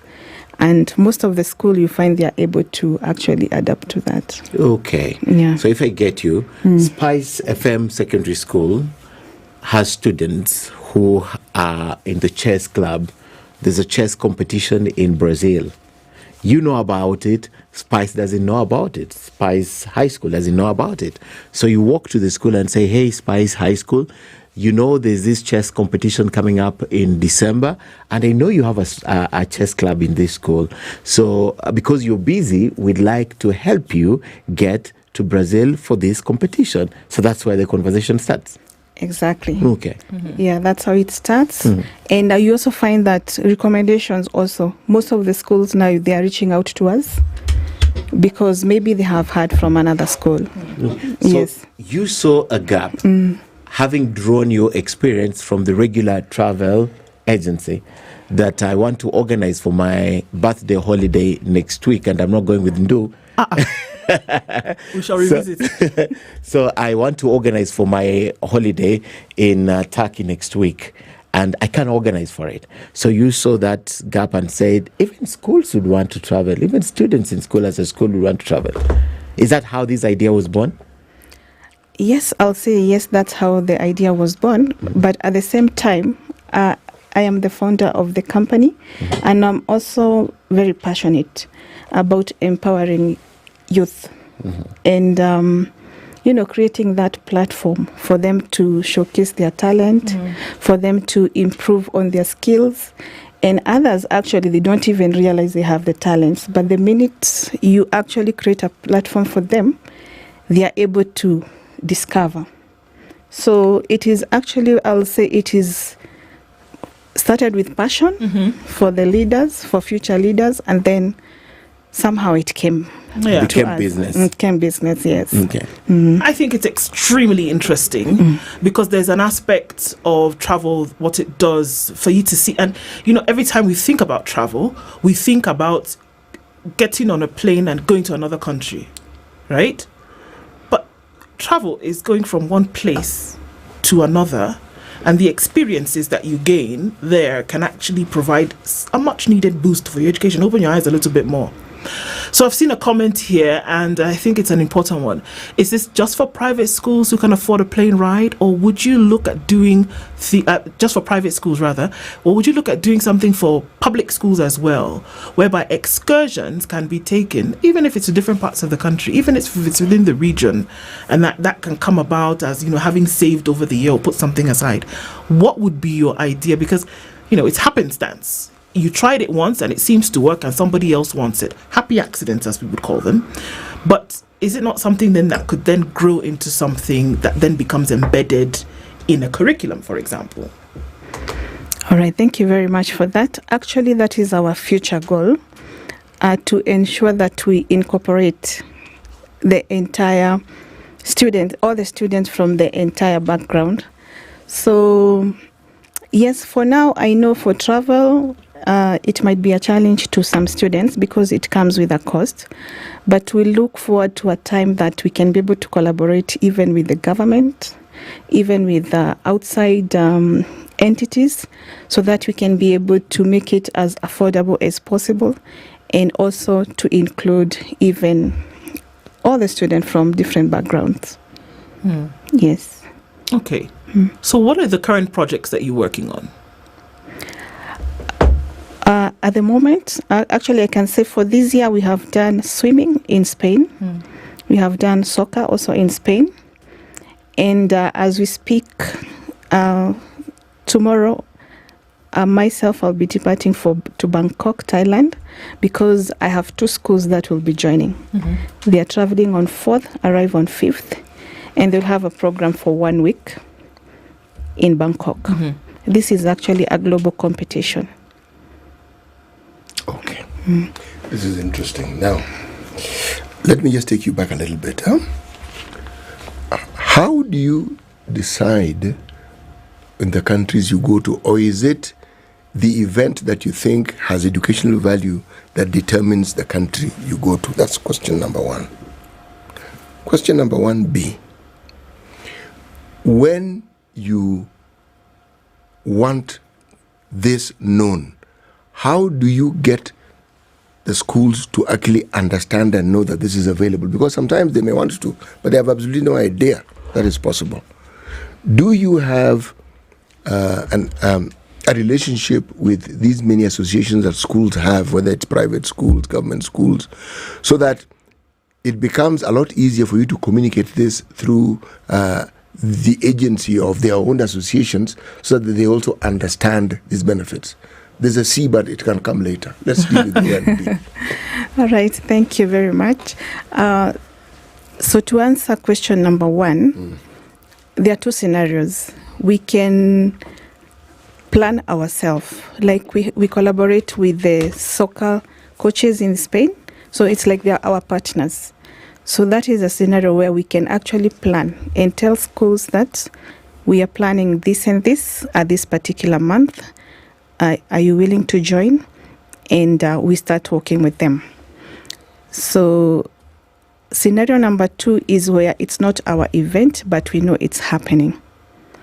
So like we have, for example, we have the model of United Nations. I know they happen in different countries. So we actually know, so we go and share the idea with the school. And they are able to see the benefits that the student will come out with. So that's the 2 scenarios that we have. So after that, we go to the schools and we actually have a sit-in and explain to them. Okay. Do you ever know, do you ever have an evaluation period? It wouldn't be I don't know if it would be right in your job line, but an evaluation period to say, well, this is how it actually changed those who participated. Do you get feedback from schools and say, well, this is actually great, we'd like to do it again? How does that whole process then work? Actually, we talk to the parents. If we are able to interact directly with the parents, and we have actually had them say that the exposure for these children, it creates confidence in children. Because there's one event, like the one they are going to perform next week. It's about public speaking, collaborative writing, and interacting with other students from different countries.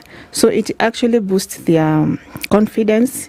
And I have actually heard from parents say that they have actually seen positive effect, which is instant.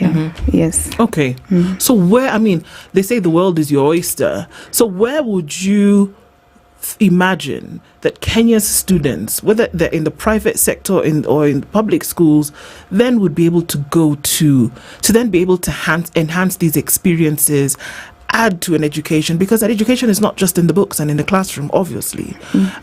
Where would you see that things would be possible to be done for Kenya students to add to that? You mean in terms of the curriculum? No, options in terms of the travel. What else you could add to this? Who then could bring in? What other activities could then be done? What are things that you can imagine that you can propose for the future? Okay, so something like sports, which actually I know we have very talented students. that one can be looked into, and they can be given a platform to be able to showcase their talent and skills outside the country.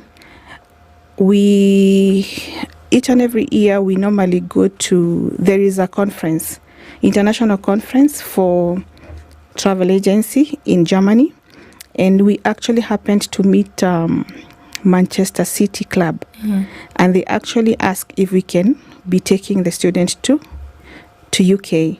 So those are the opportunities that our student can actually be exposed to. Okay. Yeah. All right.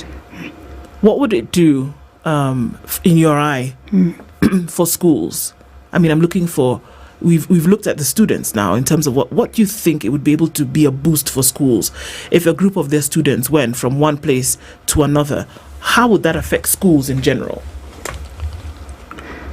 I think it is a positive effect to the schools, because I believe most of the parents now they want to ensure that their children are exposed and they are prepared for the world of today in terms of not only academics but in other ways. So for the schools, I believe if you are a parent and you know there's a school that can actually help your child improve in terms of exposure and experience, I think it is also a good thing to market the school, or rather to make the school more marketable. Right. Yes. How do you then, I mean, because obviously now, how do you then say these are the schools that we will approach? Do you just look for private schools where maybe somebody would then be able to have the kind of money that is necessary to travel? Or are we looking at now the benefit that it can have and then coming to schools with plans and saying, here's an opportunity for you? Or is it a mix of the two? Actually, we would love to approach different schools, and that is why actually when we approach them, we give them a program, we make it as affordable as possible, and we actually give them a payment plan. It's not like you pay the entire amount, but in bits and in installments, and we make it affordable. So it's not basically private schools, it is all the schools, even public schools. Yeah, we do actually share the idea with them as well. Yes. Okay. So then, what kind of student do you see coming out from activities like this? What kind of student do you see who then has an opportunity to travel, who has an opportunity to go from where they are to a place whereby they've never been before? What kind of rounded student would you see coming out of that experience?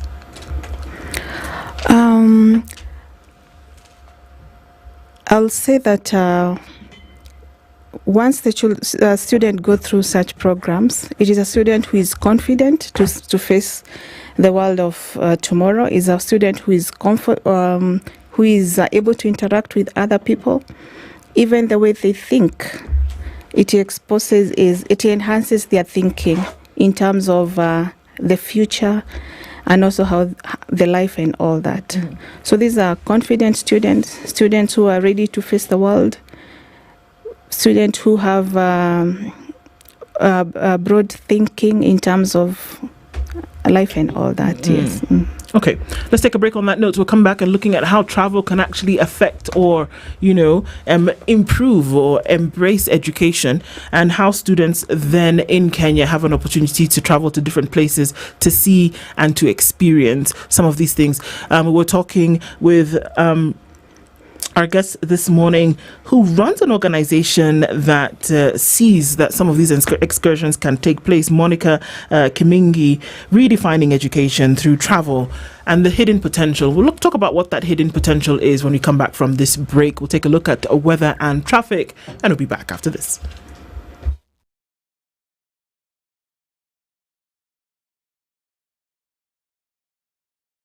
This is the Situation Room. The only way to start Are your you day. ready to unleash your creativity and dive into the dynamic world of media? Then listen up. At Standard Talanta Academy, a collaboration between Talanta Institute and Standard Group, we are redefining the rules of the game. With our Media Mastery course, you'll embark on a journey that goes beyond the ordinary. From TV and film production, photography to digital journalism, Our curriculum is designed to equip you with the skills needed to thrive in today's media landscape. But we are not just about theory, we are about action. Our hands-on approach means you will be creating, producing, and innovating from day one. And with Standard Group, home to KTN, Radio Maisha, SpiceFM, and the Standard newspaper, you'll have unparalleled access to industry expertise and real-world opportunities. So, if you're ready to turn your passion into profit, join us at Standard Talanta Academy and unlock your full potential. Visit www.talanta.ac.ke or call 0724 468 468 for more information. Standard Talanta Academy. Unleash creativity. The weather with Spice FM.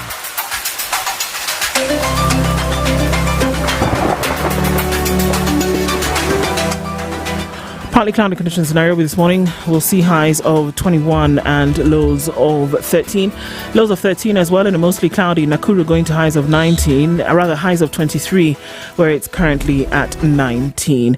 Looking into a partly sunny Nyeri at 16, highs of 21 and lows of 14, and into Eldoret it is cloudy at 16 with highs of 21 and lows of 12. Mombasa is partly sunny at 25 with highs of 29, and at 27 it's sunny in Malindi with highs of 29 and lows of 24.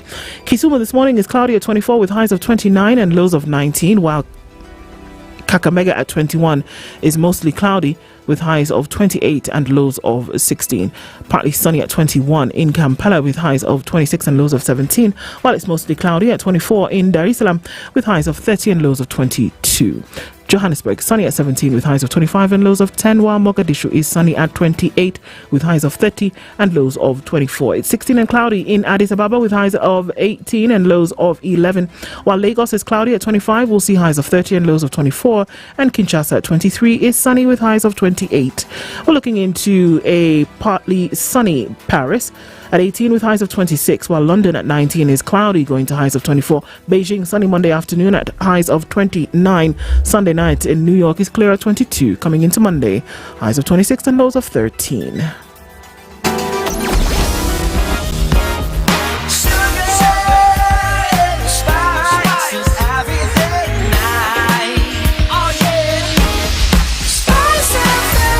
Spice up your life.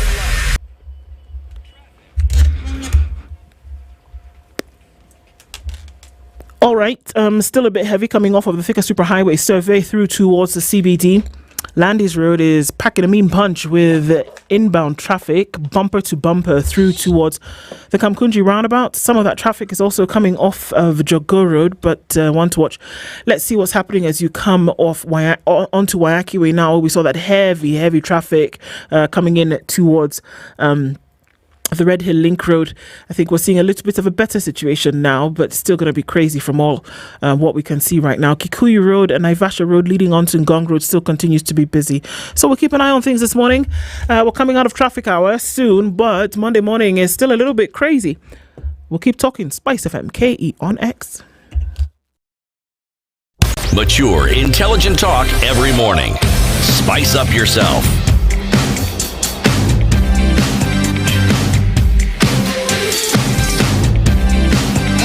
Mornings done right. 94.4 Spice FM, Nairobi. 27 minutes to 10 o'clock, and our conversation continues around the hidden potential of travel and education in the country. Monica Kimingi is our guest this hour, and we're looking at, opportunities that rest or that lie in travel to enhance or redefine education. I'm interested, how would it redefine education? How would travel then be able to say, okay, look, we look at things differently, and those who are in the, learning today, how would it be able to redefine it? Perhaps, Ndo, before you go to the opportunities or redefining, I'd like to ask two very specific questions to what we were discussing earlier. Is it about specific students involved in these activities, or it's open to everyone? That would be my first question. So, for example, when you're going for swimming in Spain, when you approach a school, do you go for specific students and pupils who partake of the kind of activities that are being promoted at that time or in competition? And then secondly, you've also spoken about this going to the public schools, and you're looking for or seeking partnerships from across. And you also mentioned that it's not paid in full and all that. So I'd really be interested, with every challenge that is now dogging the public school sector right now, is there a lot of partnership you're getting from that end also? So perhaps those two questions would address my concerns before you transition to the next question. Go ahead, no problem. Okay, thank you, Ken. To answer your first question, is so for this soccer and for swimming that we have actually done before, and we still continue to do. It's not about those who have actually qualified here. No, it's about giving opportunity to each and every child for them to get that exposure and for them to be trained. And when you take actually children outside the country, it actually boosts their morale and you motivate them even to do better. So we actually give opportunity to each and every student who is willing to actually partake that. Okay. Yes. Okay. Second question on the challenges in public schools, and you're also looking that direction. Well, I know that's a challenge, but that is why I said I believe with partnership and probably maybe even support from the government. You see, like the way we normally have swimming competition for the national, maybe the government can actually support and try and motivate these students who have performed very well to be able to give them a platform to be able to showcase their talent outside the country. Yes. So I know it's a challenge, yes, but nothing is impossible. Yeah, we just need the will and the vision to go about it, and I know it can be done. So how would you make such a pitch if you were to? The ministry, the heads of schools, the unions, where would you make such a pitch if you were to get government on board? Who do you speak to? Actually, I think ministry will be the first people to talk to. Maybe the cabinet secretary of sports. I am sure this is something that he can actually see it is good for the students, and especially those who have performed well in those activities. And actually, we can see how we can work around in partnership locally and outside the country. Yes. Okay. So then how would this all contribute to redefining an education? Because we've included the aspect of travel. I'll say that education is not only classroom setup. Actually, students learn even better when they are not in that setup of classroom. So by redefining education is that by broadening their thinking and also making them not concentrate only on the books, even other activities can actually build the future leaders. That's what I'll say. Okay. CT furiously writing his notes and was thinking a number of things about how an education can actually be broadened. Actually, I am, because, see, I am thinking of what it is that was in our education system many, many years ago when we had Form 5 and 6. When you could choose the schools you wanted to go to in Form 1 up to 4, but Form 5 and 6, it was more or less chosen for you at some point. Yes. You could choose, but one of the things that the education system did, it took you anywhere. In fact, places you didn't even think you could go to, but right across the country. And then it also followed when it came to employment with the government, they would take you anywhere. The places they avoided taking you to is where you came from. They completely avoided taking you there as much as they possibly could. Yes. Now, that exposure meant that I would begin my work today. I start employment with the government. Let's say I come from Nyanza. I'm taken to Machakos. I'd never been to Machakos before, but now I will have gone to Machakos. Someone from Machakos is taken to Turkana. Now, if that in itself was a plan and somebody clearly understood the process behind it, and I'm thinking there were benefits to it because you got to see your country in ways that ordinarily you wouldn't if that didn't happen. And civil servants also moved around. Now I'm thinking that ended at some point. we got something called district focus, and then you more or less went to the school which was next to your home. And when you got employed, you're probably employed not very far from where you came from. When you take this a step further and you're taking it to a place where somebody can actually go abroad, and I'm thinking, just the visual exposure of what you see, and then the experience that you acquire, and how that, because the experience now will be compared with what it is that you know, and how much that influences you. Now, I'm an educator, and so because I understand how knowledge interacts with us and how it is that it changes you, I'm thinking just how much more traveling would it do for you. Now, that is what was actually in my mind. And I'm thinking it's an excellent idea. It is a good plan. But there's always the elephant in the room, or is it just a buffalo? Or is this on a zebra? Okay? Yeah. There's this thing called cost. Yes. Yes. Yes. How do you work it out so that it's affordable, so that parents don't have to be afraid and scream when they hear of such a thing? Yes, I know cost is an issue here, and that is why we are saying if you can get partnership and collaborations, it will actually help. And we can actually try and not even look at going to Spain, going to UK, or going to the US, because like now, the group that we are going with to Thailand, those who are going to qualify, they'll go to the US. So of course that is a cost, and it might not be very affordable to everyone. So to be inclusive in terms of all the students, we can actually start small. We don't have to think of US. We can think of even South Africa. We can think of Tanzania.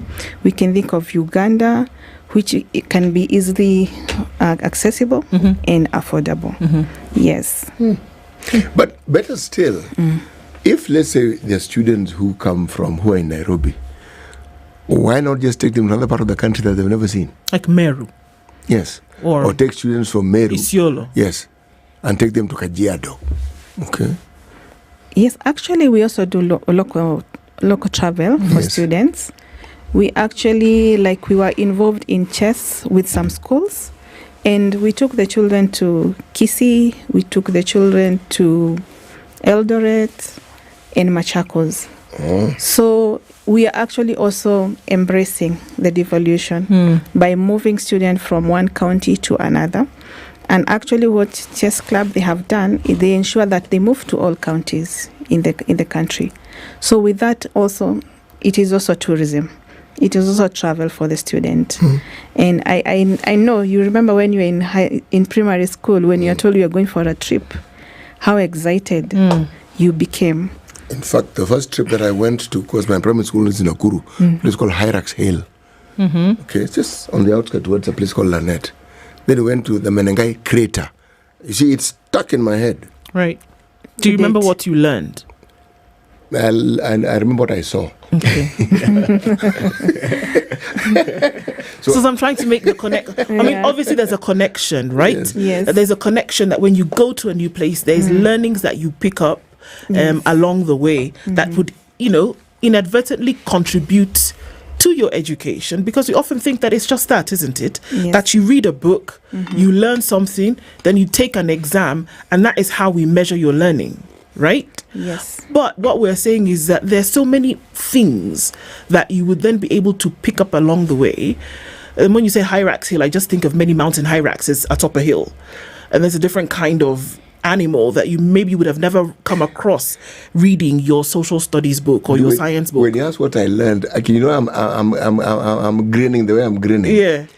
I remember we were doing some team building exercises on Mount Kenya, right at the foot of the mountain. There were all these hyraxes, and the colleagues I was with, somebody asked, so there are very many big rats. And I could tell them, they're not rats actually, they're called hyraxes. Yeah. The question, they're called what? Hyrax. So how do you know this? Now, because I had seen them. On that first trip? Yes. So I knew what they were called. Yeah. Yes. And so this is the potential that we're talking about, isn't it? Yes. A couple of weeks ago, we had a conversation with the folks from the Meru National Park, and we're talking about, just really enhancing the development that can happen around the country by using what Kenya already has. And I'm just seeing a direct line between that and what you can actually do for schools, because you then kill, and students in schools, because you kill so many birds, with this one stone of an idea.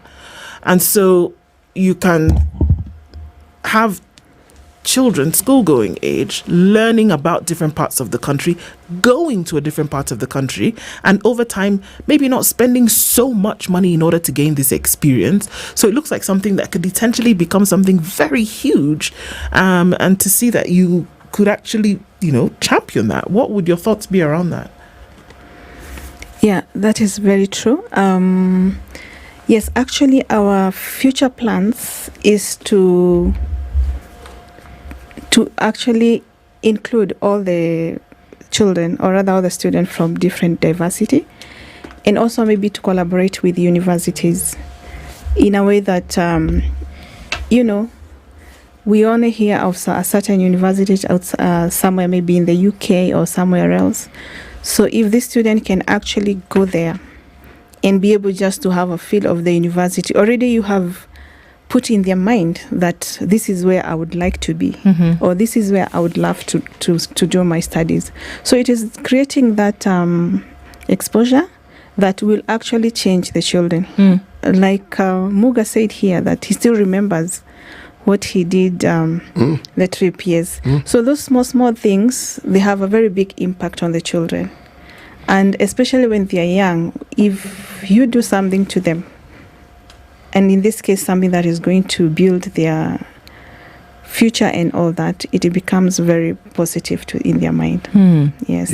Some of us went to boarding school and it involved travel, and we traveled by train. And what was interesting then was you actually saw wild animals, just as you were traveling by train. Yeah. And the trains were not fast. So you could actually see them for a great length of time. Now, just that traveling alone, because you pass through very many places before you get to, let's say, from Mombasa, and then you get to Nairobi, and you do that often enough, you actually get to know about animals that other people have no clue about, and it's traveling, because if I didn't travel, then I wouldn't see it. No. Yes, exactly. I mean, when you think about just the value of movement from one place to the other and the exposure that one gets, even when it's just local, you then set in motion a process where, as these individuals grow older, because of the benefits that they have, they will really very readily embrace it, because they will understand the benefits they derive from it. When they're older and they probably have children. Indeed. Does it lock out any students? Does the opportunity then present itself for only those who then are able to pay for it? I mean, I almost hear the answer, but all right, let it come from you. I'll say not really, because we customize it according to the student's need or their ability. So it's not about locking out anyone.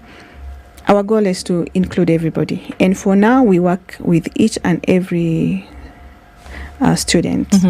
Doesn't matter, as long as we are able to walk around the entire package and all that. Okay, so then you don't just approach the students, but you approach a school administration, and then they're able to float that to students who might be interested, or how exactly does that work then? Yes, we actually approach the school administration, and then we share the idea with them, and then they are able to share that idea with the parents. Yeah, if all is in agreement, we now start working with them the journey. So as Blue Path Safaris, we ensure that we come in and make it as seamless as possible in terms of documentations, assuming you are to get visa wherever you're going. So we ensure that we work with you through that journey of visa approval. We also ensure that we get approval from Ministry of Education, because the student are supposed to travel when they are approved by a ministry. So we also ensure that we have organized for you airport transfers. We have organized for you. We coordinate the event, And at the same time, we also ensure that whenever you travel, you also get to enjoy and to tour wherever you go in terms of excursions. So it is a mixture of both. Yeah. It's educative and at the same time is exploring at the same time. Of the schools you've worked with, how many of them have actually taken the complement of students that they have to at least a national park? A national park wherever they go? No? I'm starting locally. Because my thinking is you want someone to experience their country. Yes. Let them get to understand. So that when they travel abroad, that experience will actually be richer, if you ask me.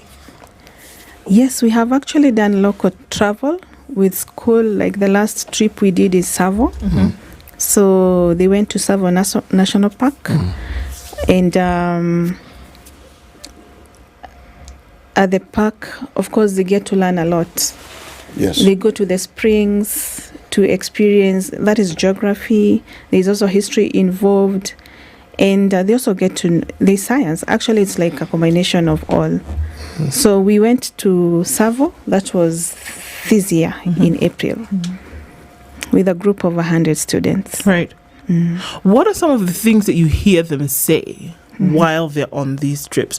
Or how do you see that they have been affected by the experience, even before they go back to school or leave? What do you hear that then convinces you that, yes, this is actually something that we should be doing?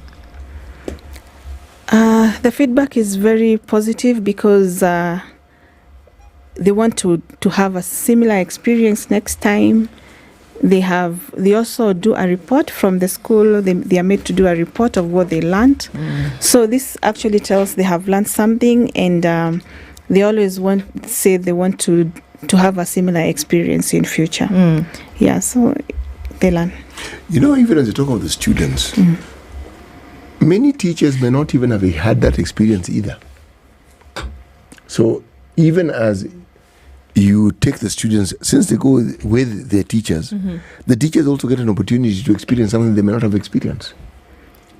Yeah, they may have cleared school without even traveling to those places, the teachers themselves. Yes.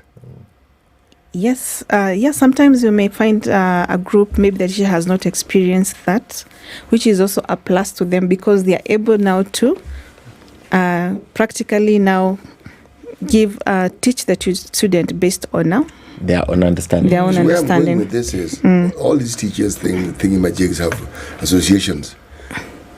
Does your organization also organize such things for teachers within these organizations? No, we have not actually ventured into that, but that's a good idea also. It is, huh? Yeah, it is. School holidays, just get teachers to travel. Yeah, because if teachers have traveled and seen the benefit, it's a lot easier for them to understand. To sell it to the parents. To sell it to parents of children. Yeah, true. Then mine would be, because I've listened to you for close to an hour, and I'd just like to know, how much is this a passion? One, how much is this about bottom line? And thirdly, how much is this about exposing the students and the parents? And how much of it, if you were to apportion in terms of percentage of the benefits that accrue at the end of the day, so how much of it is it a passion for you, a passion, bottom line, and just the need to just showcase the world to these kids and expose them? Actually, I'll say it's a passion from my end. I actually didn't say that I'm a pilot by profession. Yes, and I used to instruct at Wilson. And so I have interacted with students that I have taught from scratch, and now they are, even others are even captain. So I'll say it's a passion starting from myself, how to instill knowledge into people, how to make them excel. And I believe a good leader is the one who actually see others excel in life. So that is the leadership. So I'll say a big percentage is passion from my end that I'm able to actually share with other people and make them also excel. Yes. The other ones? It has to be also about bottom line, you know. You have to put the lights on. Yes, it has to be about bottom line. Yeah? You see, the most important is the main objective. Okay. Yes. Okay. So that is the main objective, and then the others follow. Would follow. Yeah. So you put passion right yes. on top of everything. Yeah. And that is why whenever students travel, we always accompany them. So there's always a Blue Path Safaris staff on board in whichever destination they go, unless it's a place where we have a partner there and they're already there. Yeah, so yes. I can't run away from the huge potential that I see for letting Kenyans know what really awesome things Kenya has to offer. I mean, I'm speaking as somebody who's not from here, and I've seen some amazing things. And I say usually you don't need to go really outside of the country if you're looking for a learning or an appreciation of some of the really, really fine things. And there have been boards, have there not been boards that have been set up? People have done ambassador for this, that, and the other thing, where it resides right here, but then it's shown outside, it's showcased to others. And then there are very many Kenyan who don't know, and that's an education. That's an education right there, who don't know about the really great things that you can see north, south, east, west, right here in this country. So maybe it's opportunity, or maybe it's I can't find the word now, or maybe it's just something that's being given to you, a charge that's being put to you to say, look, how about you really see how you can use the destinations that are available in Kenya today to educate as well as entertain for students at the very lowest level going towards the highest in education. Yeah, actually, I agree with you. And Kenya has also a lot of potential, and it's a beautiful country because we also market from outsiders to come and see Kenya. So that one I agree that it's beautiful. It has a lot of potential and all that. And yes, we actually also sell Kenya to the students. We actually tell them you can visit. So Mombasa it's also obvious as very common to many people, but you can visit maybe Lake Baringo, you can visit Olpejeta, all those places. So we do market to students also Kenya, and we also do a lot of local travel as well. Yes. Okay, so where do you see in the next 2-3 years? What do you think you should have been able to cover, or even looking into the future, what do you think you would have been able to cover in terms of really redefining this education? Well, in 2-3 years, we would love to have reached out to many students. We would have to have created a platform that is affordable to many. We'll have loved to have seen students transform from just the local thinking to international thinking. And I believe that will actually help the country at large. It will make better leaders for Kenya in future, and it will also help overall growth for the country. Yes. Do you think the ministry is aware, for example, the Ministry of Education right now, aware of what you're doing and how they can actually plug in? I mean, I know you said, yes, there are conversations that can be had, but do you think that they're aware of what you're doing right now?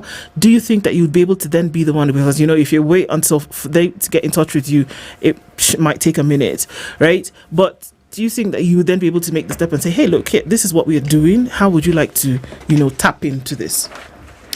Yeah.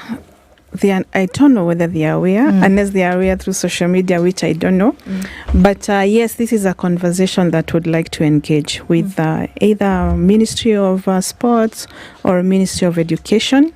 As I said, we can bring up the ideas together, and we can see what we can do for the young leaders. Yes. So for now, we haven't had any conversation with them, but that's something we'd love to. Yes. Yep. Starts with a step, I guess, is what they say. Yes. All right. So also, I guess this is coming to our last question. A lot of times when you see activities like this, they're focused around schools in Nairobi. What is the opportunity for schools outside of Nairobi? Well, that is something we can actually explore. I'll say for sure it is started with Nairobi, but we are open. We can be able to reach out to other schools. It doesn't have to be in Nairobi. Yes. So especially if we can also get the support from the ministry, it is something that we can actually ensure that we reach out to many schools. Yes. Thank you so much for being here. I mean, eyes open to different options that are available in terms of the education sector, and really defining it and seeing, okay, well, yeah, we have the brick and mortar, we have the classrooms and the whiteboards and everything, and what about an extra kind of learning? So I think it's an awesome thing that's being done, and it'll be interesting to see how this opens up into the future. Monica Kimingi is the founder of Blue Path Safaris, and we've been looking at, redefining education through a travel lens. Thanks for being here this morning. Thank you for keeping it Kenya's biggest conversation this first Monday of September. Conversations continue tomorrow morning at 6 a.m. God willing. Ken, well done. Let's do it again tomorrow, shall we? Of course. Have a good one.